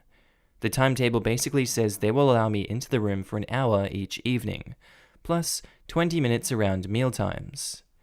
I basically shut her down instantly and told her there was no way I'd be following a timetable since in the end it's my apartment. She then sent me a huge message with a dozen paragraphs about how my constant presence was ruining her marriage with my brother and they feel like they have no privacy. I tried to talk this over with my brother that night, but when I got home, neither my brother or sister-in-law were talking to me, so he's clearly just as ticked. Today, an Amazon parcel arrived for my brother with a lock for the living room door, which I told him there's absolutely no way I will allow him to install. My brother says I'm creepy for wanting constant access to where they sleep, and he's insisting on installing the lock anyway. Am I the a-hole for not giving my brother and his wife their privacy? No, it's your house. It's not an a-hole move to do that in any capacity. You would be an a-hole if you walked in on them having sex or intruded on them and intentionally barged in on them, but from the sounds of it, you're doing your best to avoid them and they are the ones discluding you from things. I don't understand why they're being so difficult, but some people are like that. Some people are just crazy. Your house, your rules, you keep doing you. I don't know how much longer I'd have them in there, to be honest. Not the a-hole. I would totally give them 2 weeks to vacate if they were going to be like this. It's too much. OP, look into your state's tenant and landlord laws. If they've been with you X amount of days and months, they may have legal rights depending on if you own or rent your place. You may be required to give them notice for a certain period of time. In my home state, it's 7 days. Disclaimer, I'm not giving legal advice as I'm not a lawyer. I would definitely hit up the legal advice subreddit though. Some of those folks may be able to give you more specific advice. Same, not the a-hole. I'm betting they gaslight you and say that you are selfish. You are not selfish for wanting your space back. You aren't asking them to continue to pay a dime when they aren't living there. You can use the timetable as a reason to say things are clearly not working out. Months is enough time for them to find footing to get into their own space, even if it is something small. That's not what gaslight means. Oh sure, gaslight me into thinking that's not what it means, why don't ya? Sweetie, I'm not sure what you're even talking about. I never even said anything about gaslighting. Never. Are you sure you're feeling okay? Maybe you need to take a little nap. Mom? Is that you? Not the a-hole at all. Are they forgetting that they're living at your place and you are doing them a huge favor? Do they even pay rent? Due to the disrespect alone, I would tell them that it isn't working out. If they want the privacy, they should get their own place. Not the a-hole. To have the goal to buy a lock to block OP from being able to use his own space? The entitlement of these people is astounding. Kick them the F out and tell them to get their own place. And if they won't vacate, call the police.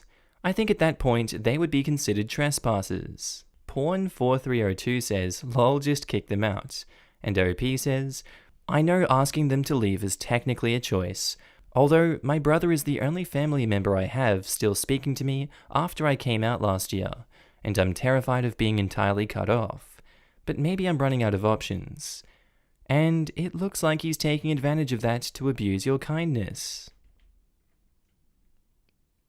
Posted by user SuspiciousLadder76, titled, Am I the a-hole for mansplaining pregnancy?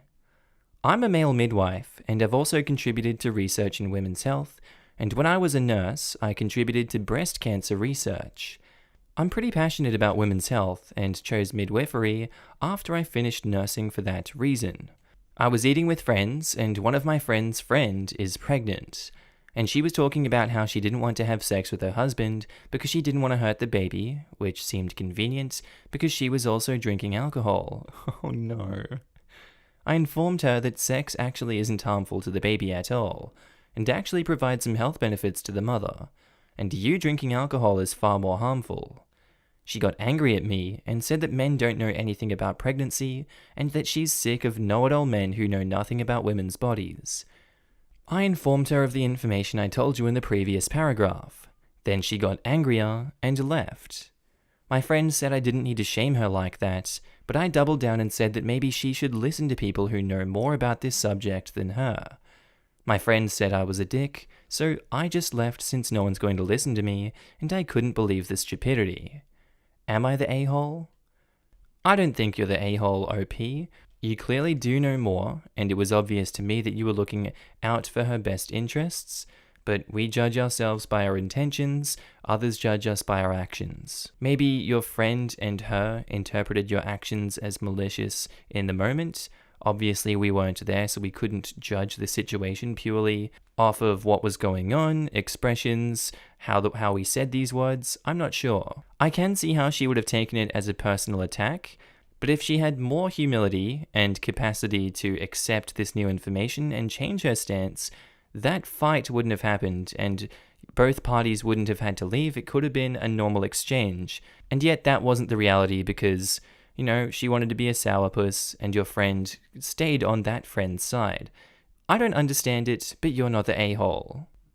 Not the a-hole. She only got angry because she knew that you were right and she didn't want to be proven wrong. Agreed. She was projecting. Agreed. I'm a female OB and have had people react like this to me, as in patients who have actually come to see me, and more commonly mothers of patients who have been through it. People don't want to hear what they don't want to hear, but you gave her solid and safe advice and you're an expert. And you weren't mansplaining. Ugh, mansplaining. I mean, sure it exists, but it doesn't give a free ticket to be wrong. I hate the overuse of the term to belittle a valid point just because a man told you. It absolutely exists, but it's when men who have no clue try to explain something to women who do, assuming they have no idea. This man works in the field he's explaining. He is qualified to say what he is, therefore it is not mansplaining. Mansplainers believe they have the most educated view simply because they are a man. This isn't the case here. She's just ticked that she got shown up in front of her friends. Not the a-hole. I usually hate unsolicited advice, but since you definitely actually know what you're talking about here, I'll allow it. In that spirit, some unsolicited advice from me to you is next time say, I'm a midwife if you want to hear some advice about that. That way, she knows you're not just some dude who read a Wikipedia article about pregnancy and watched Knocked Up, and she can say no thank you if she doesn't want to hear it. She definitely got too defensive, and also, duh, don't drink while you're pregnant. Everyone knows that. Not the a-hole. Mansplain fetal alcohol syndrome too. Well, if she's drinking in public, what is she doing at home? Some people only drink when they're out with friends and don't want to miss out then. She could be drinking at home, or she could be saving her 1 glass a week, as is the advised maximum in my country, for when she's out with friends. My wife was pregnant over Christmas years back, and was smashing in non-alcoholic mulled wine, but when people asked what she was drinking, she would just say mulled wine and not think. Swear, everyone thought she was a raging alcoholic. Posted by user ExcitingLemon93, titled, Am I the a-hole for getting a teeny tiny tattoo my husband didn't know about? So, to preface this, I love tattoos. I have several of them, but they're all in a position that I can still conceal them if it comes to needing to look professional. My husband, however, hates tattoos. They aren't his thing, he doesn't have any, and that's fine. Your body, your choice. I've always wanted just one stupid no-meaning tattoo. Don't ask why, I'm not sure. The thrill of it, I guess. All of my other tattoos have some sort of deep meaning, and I love them all. I want to get a teeny tiny avocado on the side of my big toe, an avocado, if you will. I had discussed this with a couple close friends. Some find it hilarious because it is. But others are disgusted and disappointed and brought up that my husband wouldn't like that at all, and would probably be pretty upset. So Reddit, would I be the a-hole if I got a tattoo my husband will probably dislike? I don't understand how this is a big issue, but apparently it is, now that I think about it. I mean, if it was me in the position, I wouldn't care if someone got an avocado on their big toe. No one's really ever going to see it. It's going to be concealed. It's more like an inside joke. But I guess if you're one of those controlling people that, you like to control your wife's body, sure. And if they're doing it knowing that you're not going to like it, sure. That's an a-hole thing to do. I guess the sentiment comes from them knowing that you're not going to like it. They're doing something they know you're not going to like. That's an a-hole move in and of itself. But I personally don't deem it a huge thing. It's a tiny tattoo. So I'm going to go with not the a-hole, but, edit. I don't intend to tell him and just see how long it takes for him to notice. I'm not going to hide it, but just wait and savor the moment when I get to hit him with the pun. Edit 2. I've told my husband I'm getting another tiny one on my foot in September, and he says, that crap's gonna hurt. I'm taking that as he's cool with it. Guys, I'm getting a mother flippin' avocado. Hell yeah. So some of these comments are pre those edits. I'm gonna read them anyway. Everyone says not the a-hole, but for me that smells like a fight is coming up. He probably won't find it funny. Tell him beforehand. And OP says, I feel like it's an okay compromise. He wants to have super long hair down to his butt. I want a punny avocado. He's never verbally dissed on my pieces, at least not to me. I'm just worried he will try and talk me out of it because he usually is the voice of reason. But I literally can't find a single reason to turn this one down. He comes home in a week, so I may run the idea past him. I know he's dead set on keeping his virgin skin, and that's perfectly fine. But I don't see the point in trying to regulate somebody else's body. If it were on my face or somewhere super hard to cover, yeah, I understand entirely. I don't think you have any reason to ask for permission or anything.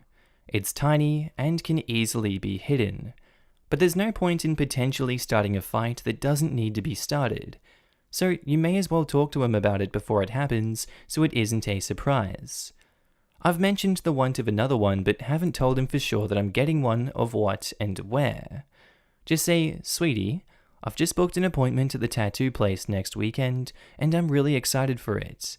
And then if he asks what the tattoo is, just say, a really small one. You can try and find it when it's done. Blech. Your body. Your choice is fine and dandy, and in that respect you aren't an a-hole. But your husband dislikes tattoos, you know that, decided to get one anyways, and then just didn't tell him about it.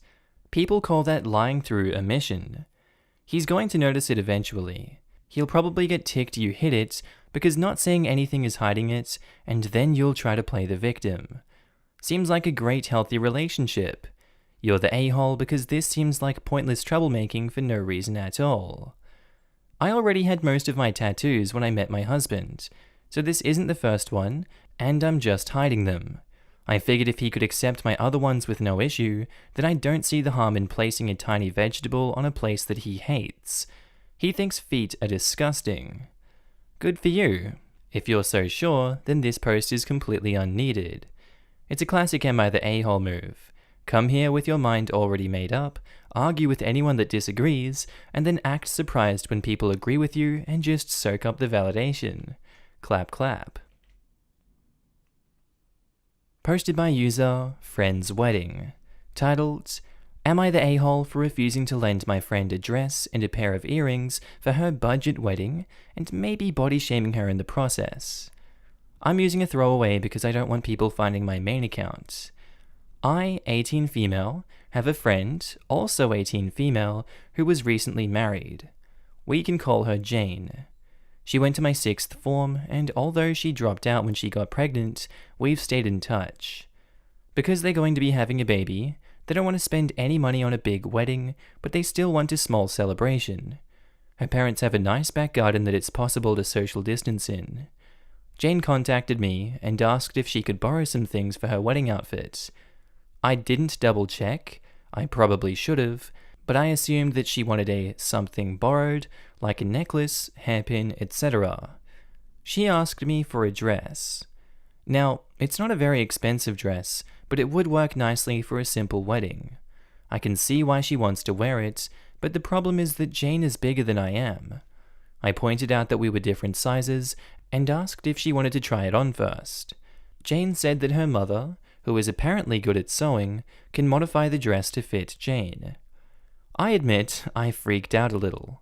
Like I said, the dress wasn't expensive and it doesn't have sentimental value or anything, but I still like it.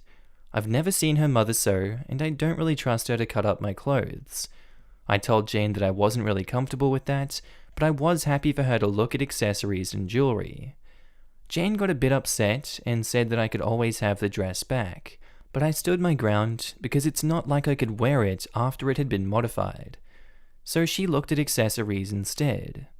She chose a flower crown and a pair of gloves. Next, she asked me if she could look at jewelry. I said that she could have anything except one pair of earrings, and she got upset again and asked why not. The earrings are real jewels, and my parents gave them to me when I turned 18. It's not just the value. I know that my mum and my dad spent a long time looking for a piece of jewelry that they thought I would like. They smile every time they see me in them, especially my dad. I would hate for them to somehow get damaged or lost, and honestly, I feel kind of weird lending them to anyone. Jane got really ticked, and basically said that of course I didn't want to dirty my lady's jewelry. She also accused me of looking down on her for being a young mum and not finishing school, and left my house in a huff. She's been gossiping about me to all of our friends and making passive-aggressive comments on social media. Everyone is divided. Jane's mum and a couple of friends that are more hers than mine think I'm being completely unreasonable. Some of my friends are on my side, but others think that I didn't need to be so firm about the dress or call her fat. I didn't mean to body shame her at all. They also said that I could have been more sensitive, as Jane is being so careful about money. Now I'm wondering if I should send over the dress. Am I the a-hole? Edit. I've since received a message from one of my friends. One of Jane's friends suggested disinviting me from the wedding altogether. I'm not sure how serious this was meant to be taken because it was apparently mid-tramping session, and someone else asked if, in that case, Jane would be giving back the things she had already taken. Now it's basically been split down the middle, and Jane is apparently in hysterics because one of the girls who was meant to be her bridesmaid is being mean to her. I'm going to send her a message asking to talk before it gets any worse. Update, I sent Jane a message asking to talk, and she called me. I didn't really get a word in. She'd obviously been crying and was still extremely upset. She yelled at me down the phone for a good 5 minutes, and then she hung up. Her mum just texted to apologize and asked for a link to the dress, as she and Jane's husband are splitting the cost of it and a pair of nice shoes to go with it. She also said that she'd ask Jane to talk to me tomorrow once she had calmed down. Not the a-hole. What the hell? She really expects to be given your dress just because she asked? Once it's modified, it won't fit you properly anymore. She's basically being an r/choosing beggar. It's unreasonable of her to expect to walk into your closet and pick out anything she wants. Some accessories and clothes have sentimental value. I have a few things I wouldn't lend out either. Not even to my best friend. They're just special to me, and I couldn't imagine anything happening to them. Love how people think OP is calling her fat. No. You have a child inside of you, and they tend to be noticeable at a certain point. She's 18, obviously irresponsible, and is going to be in for a rude awakening when people don't treat her special anymore. It sucks that she's not getting the wedding of her dreams, but don't take it out on your friends. For real. This is a pretty huge stretch to call this fat shaming. Her friends probably knew it wasn't, but agreed with Jane anyway to avoid the headache of her flipping out on them. Yeah, OP doesn't even sound very close to Jane, and she just straight up asked OP to give her things, then got mad when OP had the nerve to limit what Jane can take. The entitlement is very strong here. Who would even want somebody like this as a friend? They're 18. They're still learning that no is a complete sentence, and that it is okay to just not be friends with certain people. I think OP did pretty well setting some healthy boundaries for herself at her age, especially while still in a setting where friends are determined by circumstance and not always things you have direct control of. Posted by user Wedding Excite, titled, Am I the a-hole for having a dress code for our wedding? Hello everyone. We, 29 male and 24 female, are getting married this September. Up until recently, everything had been going to plan, and our months of hard work planning had been paying off. The issue lies in the dress code. We've been clear from the beginning that this is going to be a white tie event, so of course there are strict rules attached to that. One thing we're really looking forward to is our wedding shoot. We have spent a large amount of our own money on a photographer who we hired after weeks of research and shopping recommendations. The photographer is highly sought after in our area, and we were lucky to book him last year in advance. So naturally, we're taking this seriously. We have been clear from the very start that the dress code will be fully enforced. The invitations we sent explicitly told our guests what we'd be expecting from them. White tie, no unnaturally dyed hair, no visible tattoos or piercings, and that they were free to decline the invitation if they had a problem with this. We also sent everybody who RSVP'd a reminder over email several weeks ago repeating this instruction. This was going fine until one of our mothers had recently posted on Facebook a picture of a cocktail-style dress she wants to wear on the day. Of course, this isn't included in our dress code, so we informed her right away that the dress would be unacceptable. Another woman, a family friend, asked if she could bring flat shoes to change into after the ceremony, and again, we directed her to the white tie instructions. Unfortunately, this has caused a lot of unnecessary drama throughout both of our families and even some of our friends. Both sets of parents, cousins, some siblings, and many more people have messaged us privately to ask to relax our dress code and to allow them to be flexible. This isn't happening, so we have just pointed to our white tie only policy and told them they accepted the rules when they RSVP'd.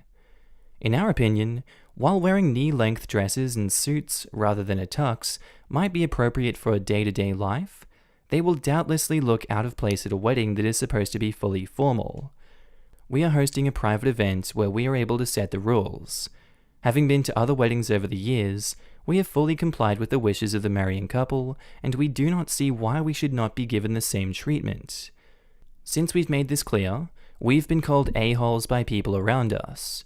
However, in our opinion, this is our wedding, and we've been clear about our preferences all along. We've even told our guests that if anyone has a problem with this, they are free to drop out, even though we will still be paying for their seats now and not attend. Am I the a-hole for having a dress code at our wedding? Edit, just so you know, everyone shouting Bridezilla is being very sexist. I am the man in this relationship, and while my fiancé and I agree on this issue entirely, I am the one who posted this submission. It's hard for me to put this into words. It's fine to have a dress code at your wedding, but the way you're going about it, I doubt that a lot of these people will want to be wearing these things. And I know it's expected of them, they agreed to the terms and conditions of the wedding, but these people that do attend, because I imagine there will be some not attending, still have rights to think of you guys as an a-hole for not letting them be a little bit more comfortable, if not at the wedding, post-wedding at the reception, after the ceremony, that one, you know? I think you're allowed to enforce your rules if you want, but I think you're an a-hole for the way you've gone about it, but I understand why you've done it. Sometimes you have to be that way. Doesn't make you not an a-hole in my view. You're the a-hole.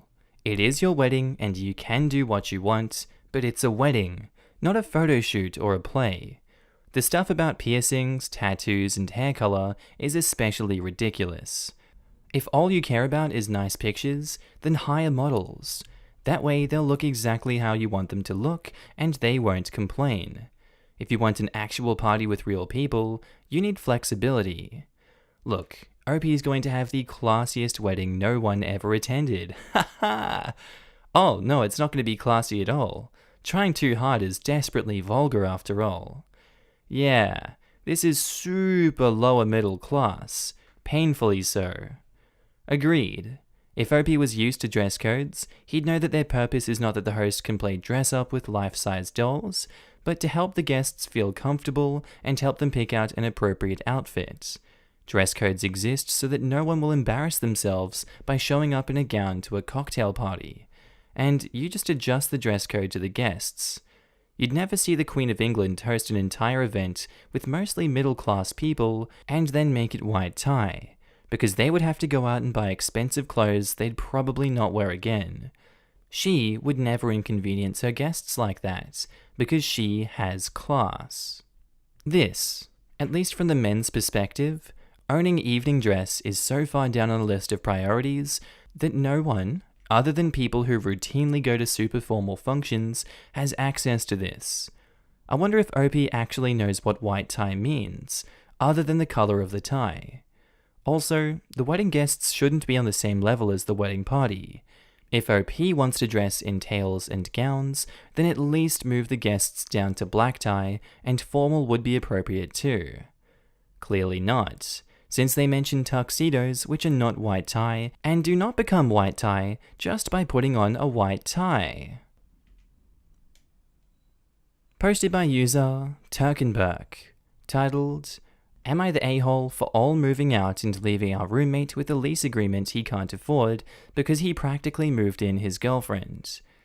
So that was a mouthful, lol, that's what she said. Also, it's more or less an "are we the a-holes" instead of "am I specifically." Also, I'm not English, so sorry if my grammar sucks. So my roommate Jake rented this apartment with 2 other people. One of them backed out immediately before signing anything, and the other Jeff didn't want to sign anything as he needed to be able to move out on a quick notice. Jake agreed with Jeff. The condition was that he'd send him his share every month and Jeff would arrange 2 more roomies ASAP. Well, that's where me and Pete come in. We know Jeff from high school.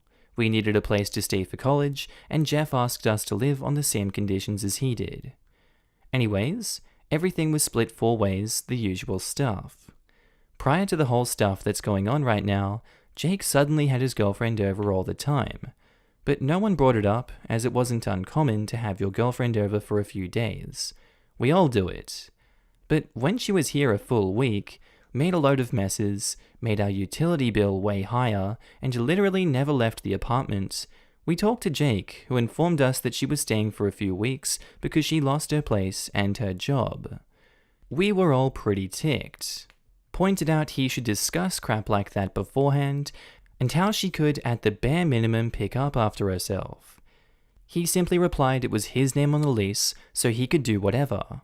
However, he would talk to her about cleaning up after herself.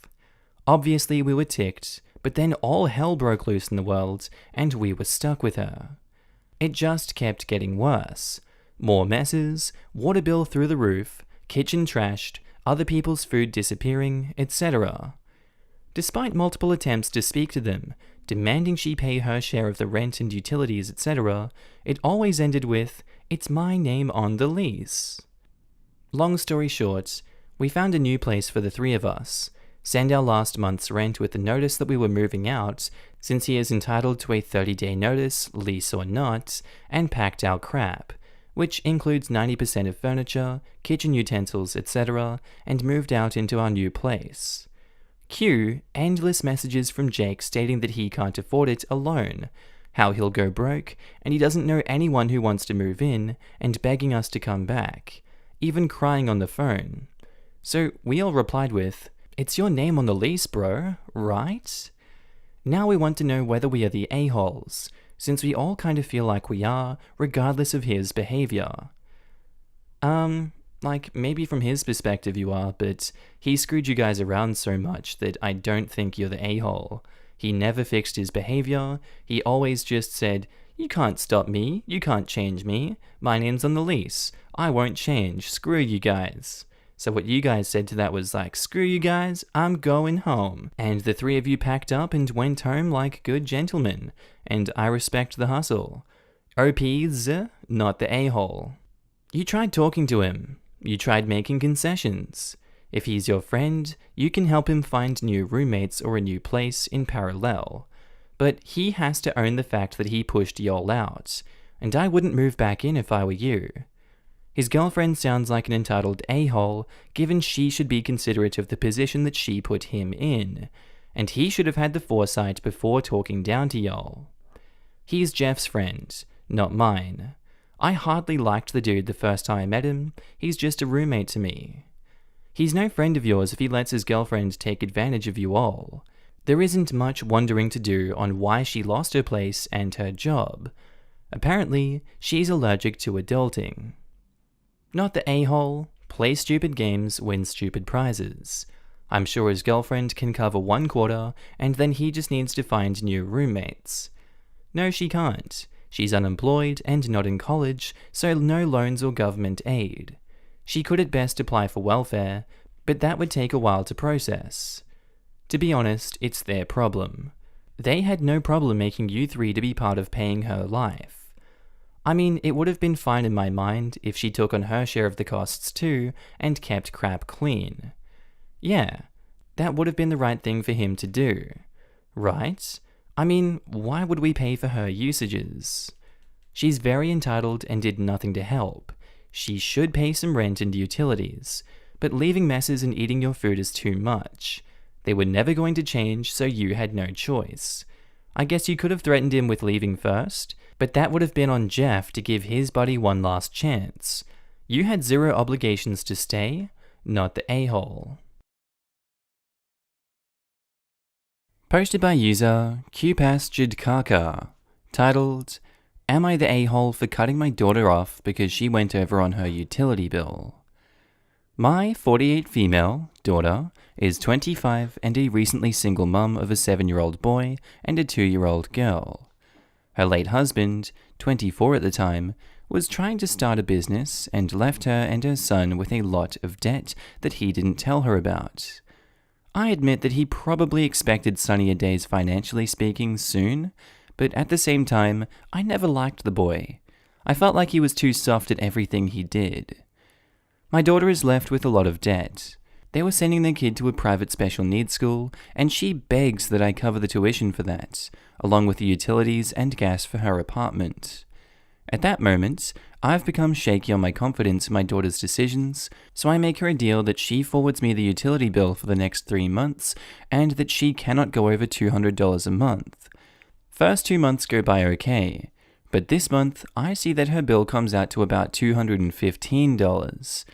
She explicitly broke her side of the deal, so I told her that I will not be financially supporting her or her kids, and that she either needs to secure more shifts at her hotel housekeeping job or attempting to get a loan. She starts calling me cold-hearted and says that it was because her son was on the computer doing learning games, and now her son will have to be put in a public school where special education is weak.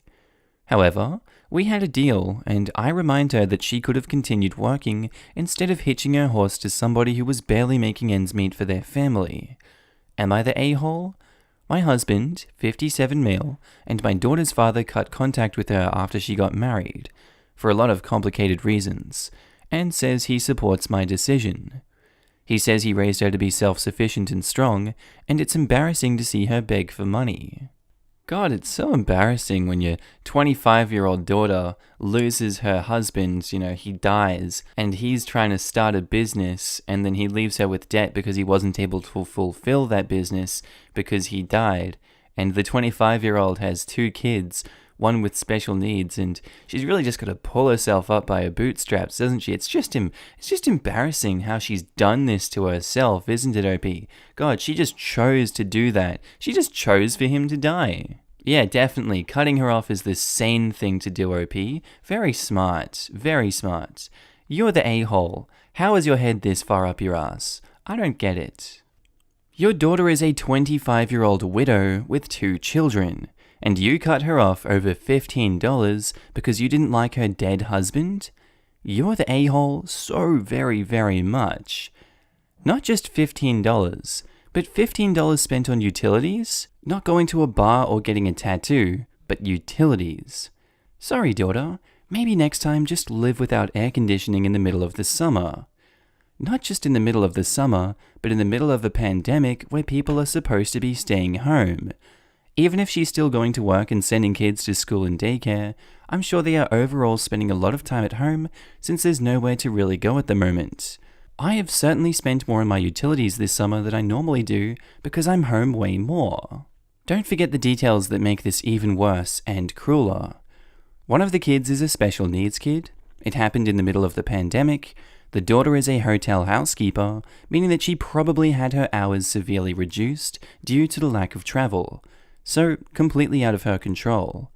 Opie is advising her daughter to get a loan, which in her situation would be the predatory type, from loan sharks, where she'll be in worse and worse debt every time, with no ability to get out of it.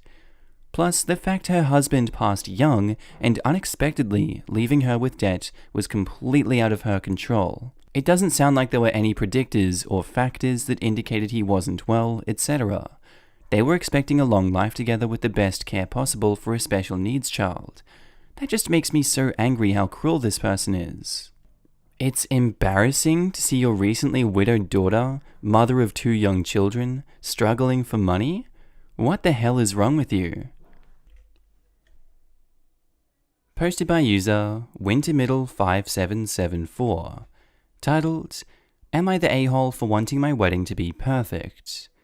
So, I, 45 female, am getting married to my boyfriend, 47 male.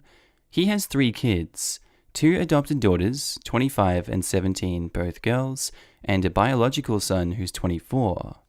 I love my stepkids a lot, but there's one problem. His youngest is bisexual and has a girlfriend, and I don't have a problem with that. But most of my family is homophobic, and my boyfriend wants to invite his kids' significant other since they are family. I had a talk about it, and he was mad at me for thinking that his youngest's girlfriend shouldn't come because of my family. I tried my best to explain, but he was really stubborn, refusing to not invite her. I got mad at him too, and now we won't talk to each other. Of course I love my stepdaughter, and her girlfriend is really nice, but I'm scared about my family causing a ruckus because of it. So you're just gonna enable the homophobia in your family?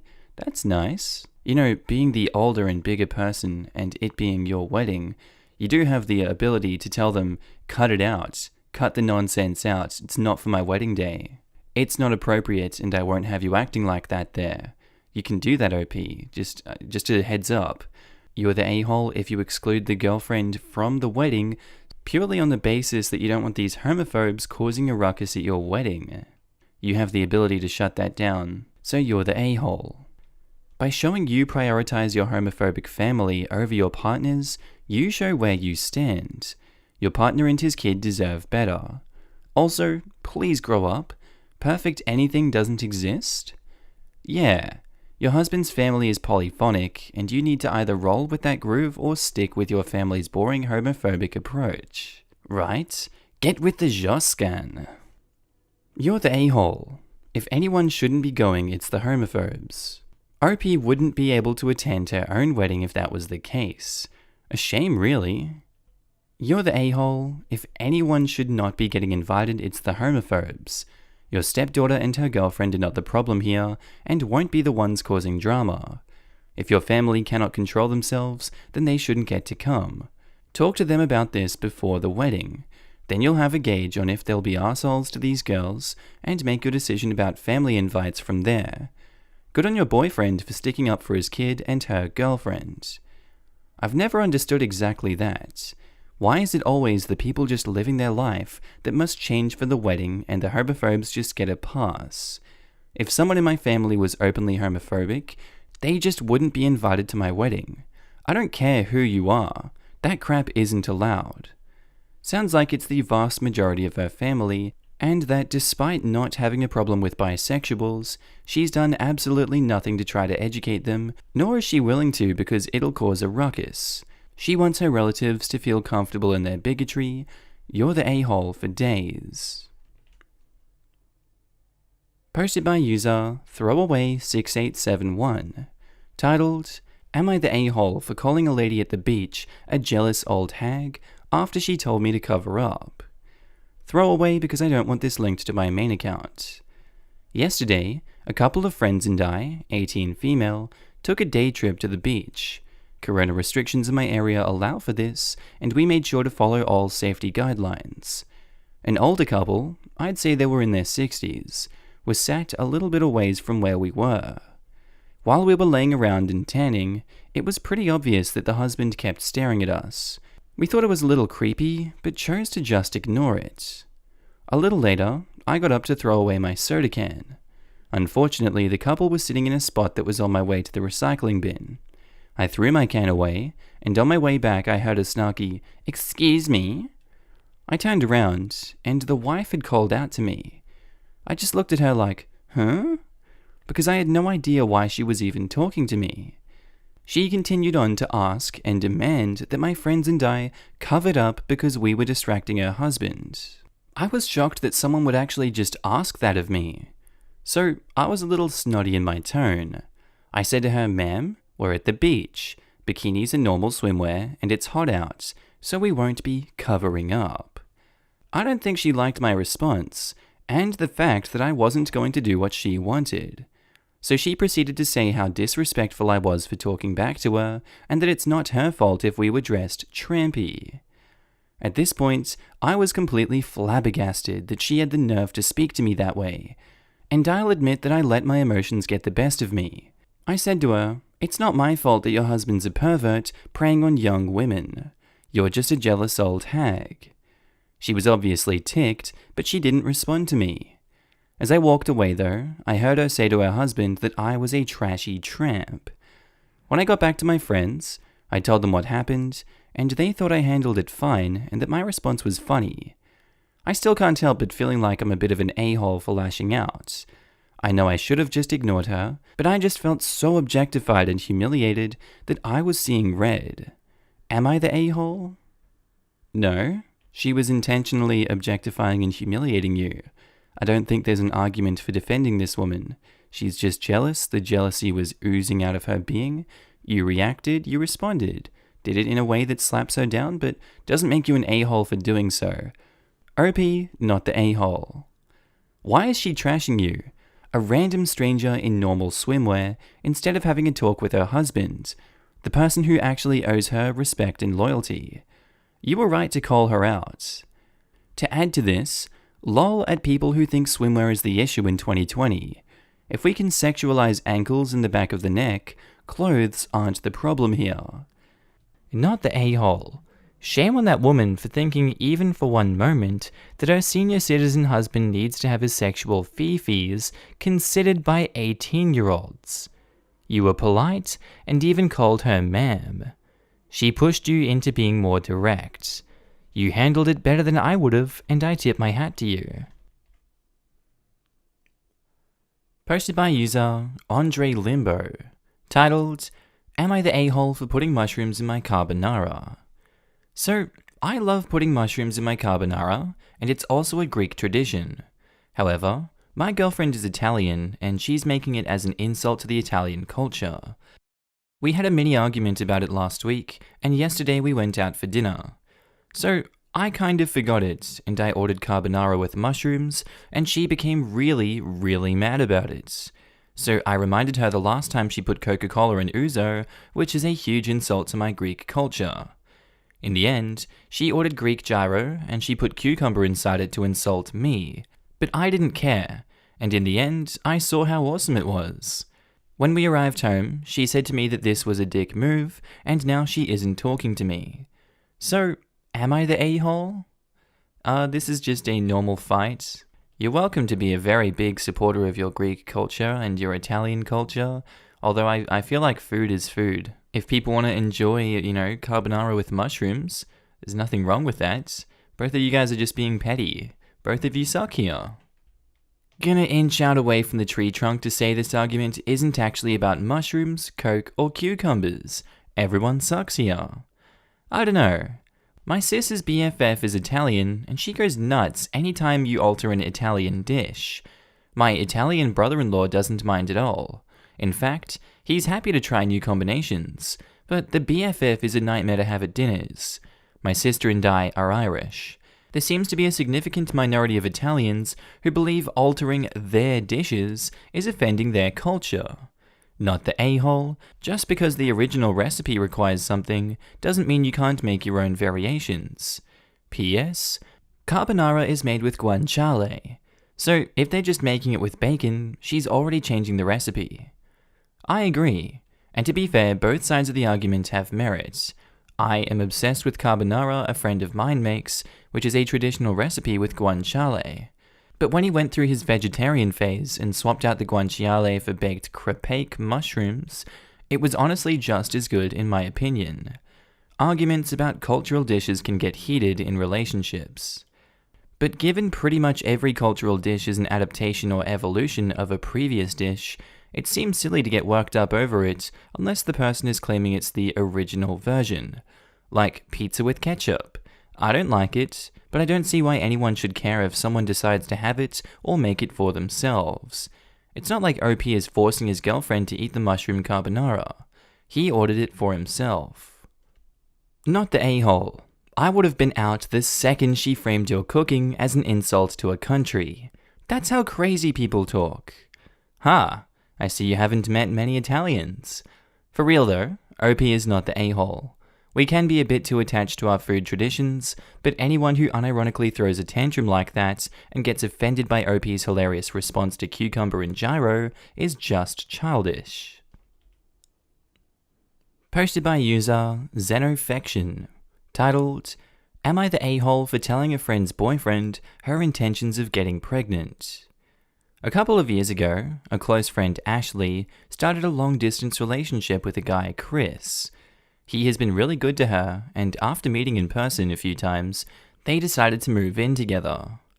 I was super happy for her, as she had a few bad relationships over the years, and it was nice to see her in a healthy one. That joy faded the last couple of months before she moved a few states over to be with him. The issue isn't her moving, but that she repeatedly joked about having a baby from Chris. At first, I accepted it as jokes, but over time, I realized Ashley was serious.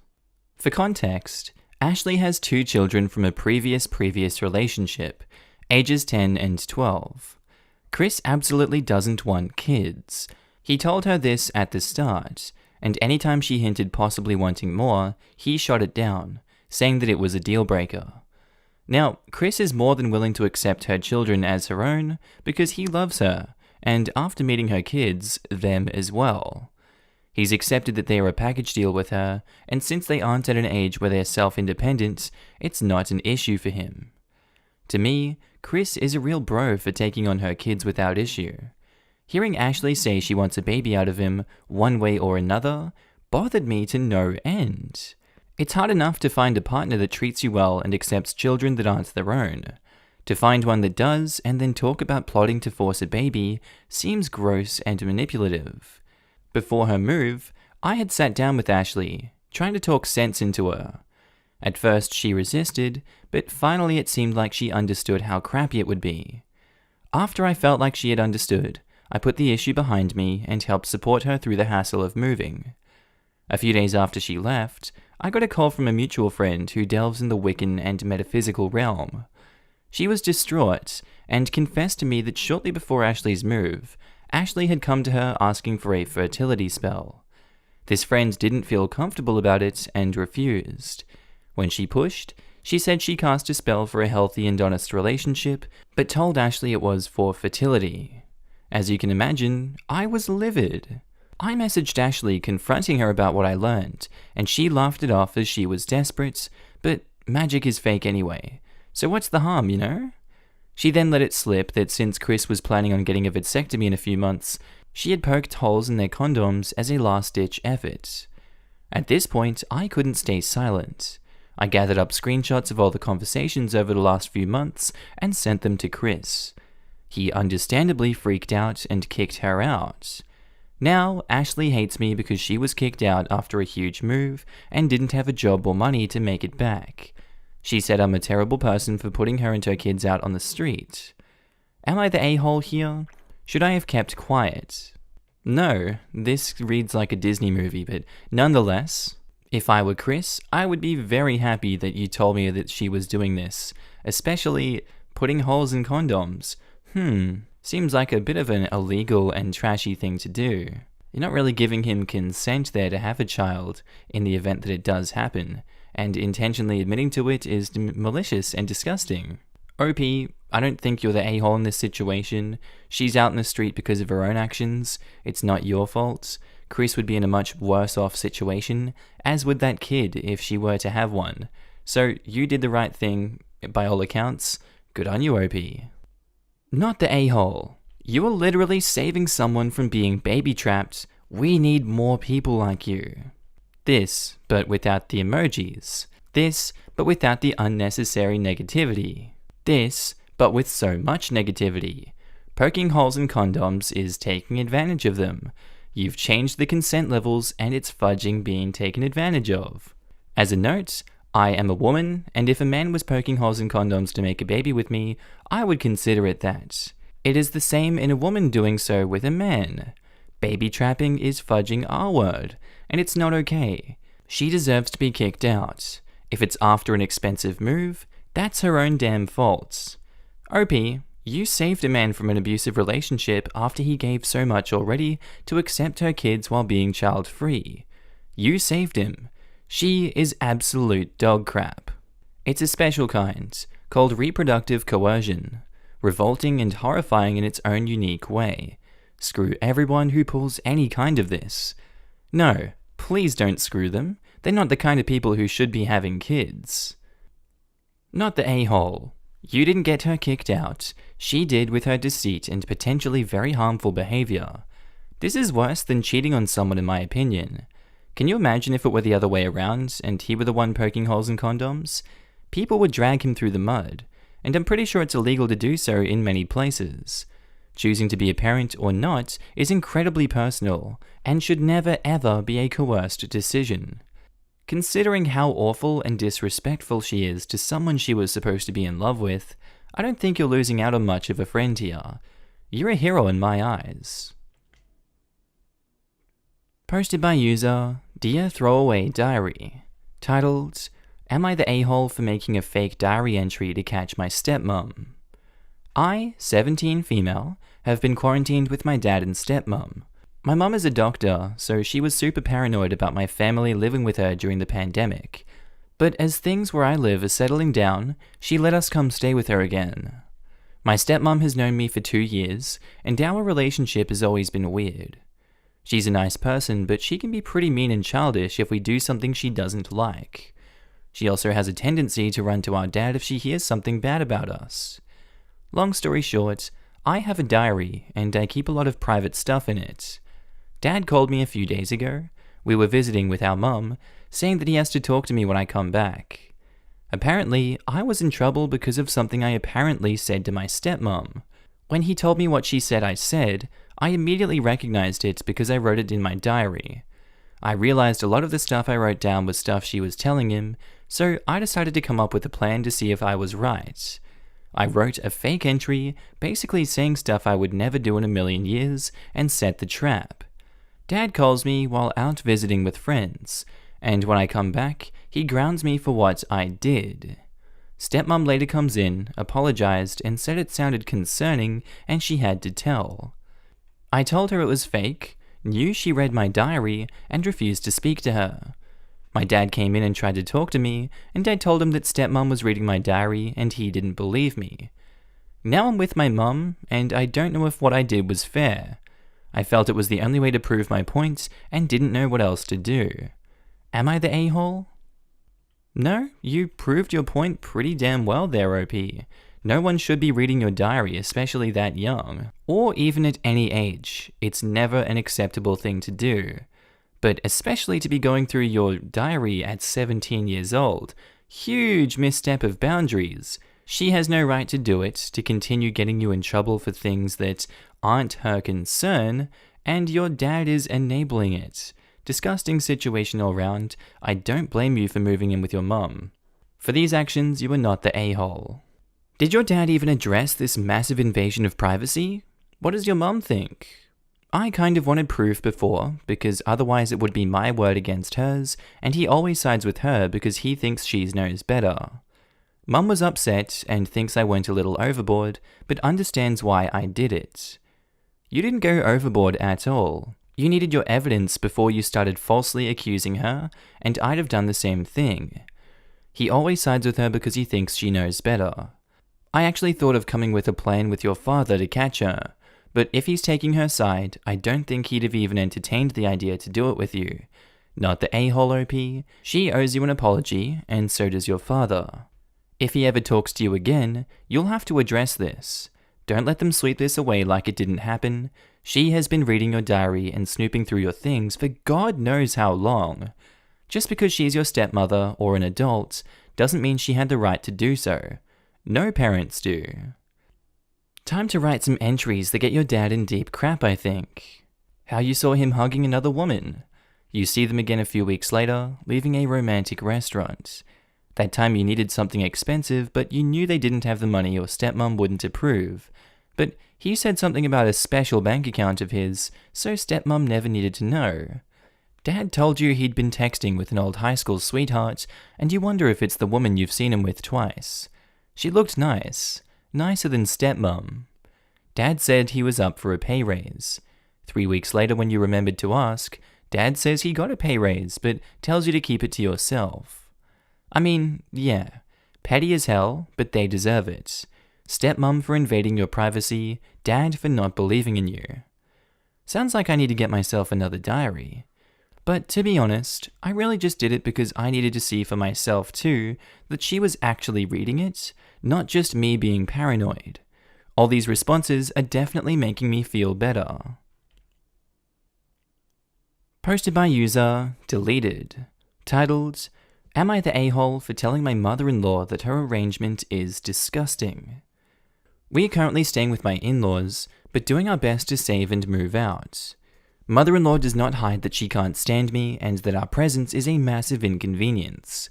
I've always suspected they had an open marriage because of some off-color jokes, but I didn't really care or want to know.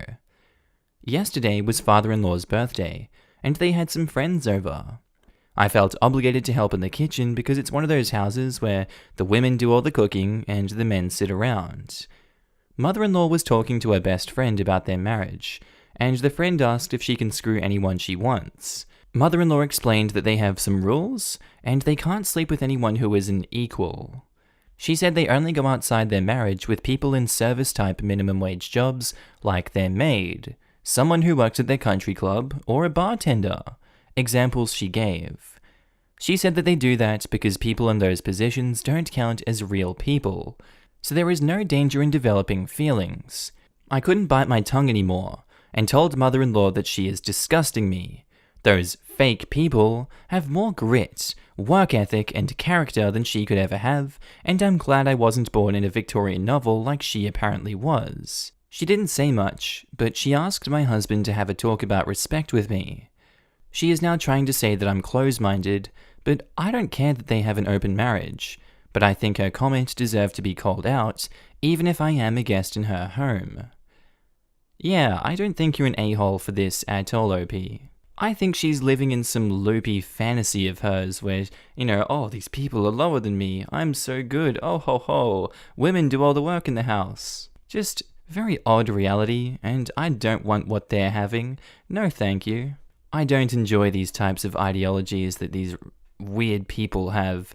It's concerning and disgusting in all levels. They're free to have an open marriage, but the way they go about it is so odd. OP, not the a-hole. The fact that she made those comments and then expected your husband to talk to you about respect, that's hysterical. I didn't like when this happened to Johnny Castle on Dirty Dancing, and I don't like it now. Not the a-hole. Johnny deserved better, and that wasn't an apology. Not the a-hole. You weren't judging their relationship, you were calling her out for being super elitist and gross. The fact that they intentionally only seek out people in certain wage jobs also insinuates that they want there to be a power imbalance in the encounter, which is further supported by them saying people in low-wage jobs aren't real people. I'm glad you called them out. I hope other people they share their arrangement around call them out too.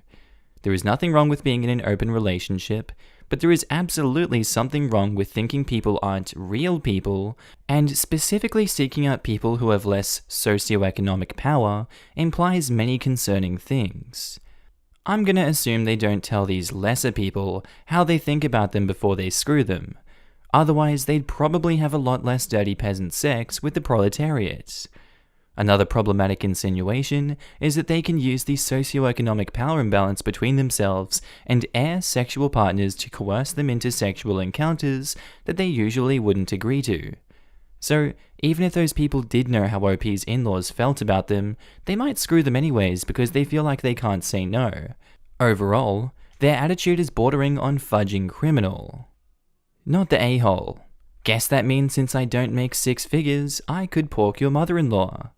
Plenty of bartenders made 6 figures pre-COVID, and they apparently still get to pork OP's mother-in-law.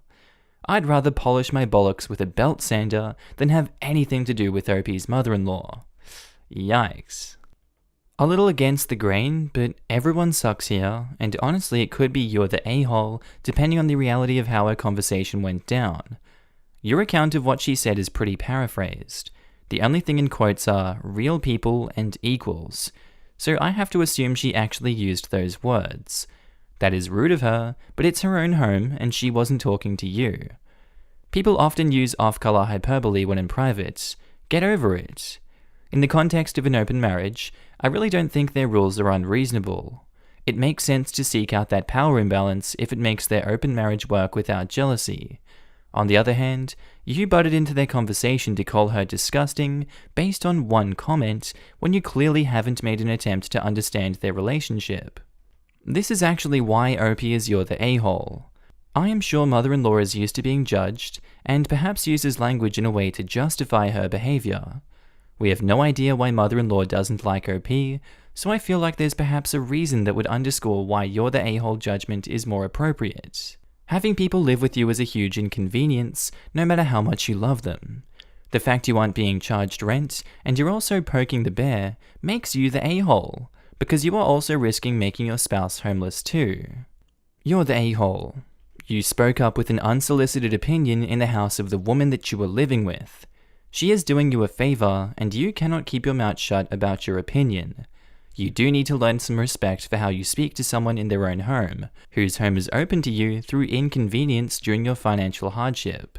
Damn, I guess they're ready to take it to the next step and keep it in the family, right? Hey, oh, you're stuck in that washing machine, mother-in-law? Well, me as a lowly member of the proletariat, let me help you get out of there real quick. Alright guys, that's where I'm going to end today's video. I really do hope you enjoyed it, and maybe even learned something that you didn't know before. If you haven't already, please do feel free to click that like button, as it really does help me in the YouTube algorithm. And if you haven't already and you loved today's video, please feel free to subscribe. I would love it a lot. Also, big shout out to all my Patreon members and channel subscribers. You guys are all up on the screen right now. I love you. I love your faces. Also, I love seeing you guys all chatting down below in the comments. It brightens my day to see the stories that you guys share and just the kind words you guys always have for my videos, as well as everyone else in the videos. I love you too. But honestly, your ongoing support means the world to me, and I just love it so much that you guys are able to support a career for myself that I invest so much time into. And you guys honestly motivate me to work harder each and every day to put more love into the videos for you guys. If you guys have watched this far in the video and you haven't already subscribed on Patreon or become a channel member, that's cool, you don't have to, but there are links down below. You can donate any amount of money, pledge that any month, cancel whenever. I'm completely cool with it. It's just there for you to support me if you'd like to go the extra mile. And I'll go the extra mile for you guys by putting out new amazing content every single day. With that said guys, I really hope you have a good day, night, sleep, bath, time at work, whatever you're up to today. This has been Markee. I'll see you in the next amazing video. Bye.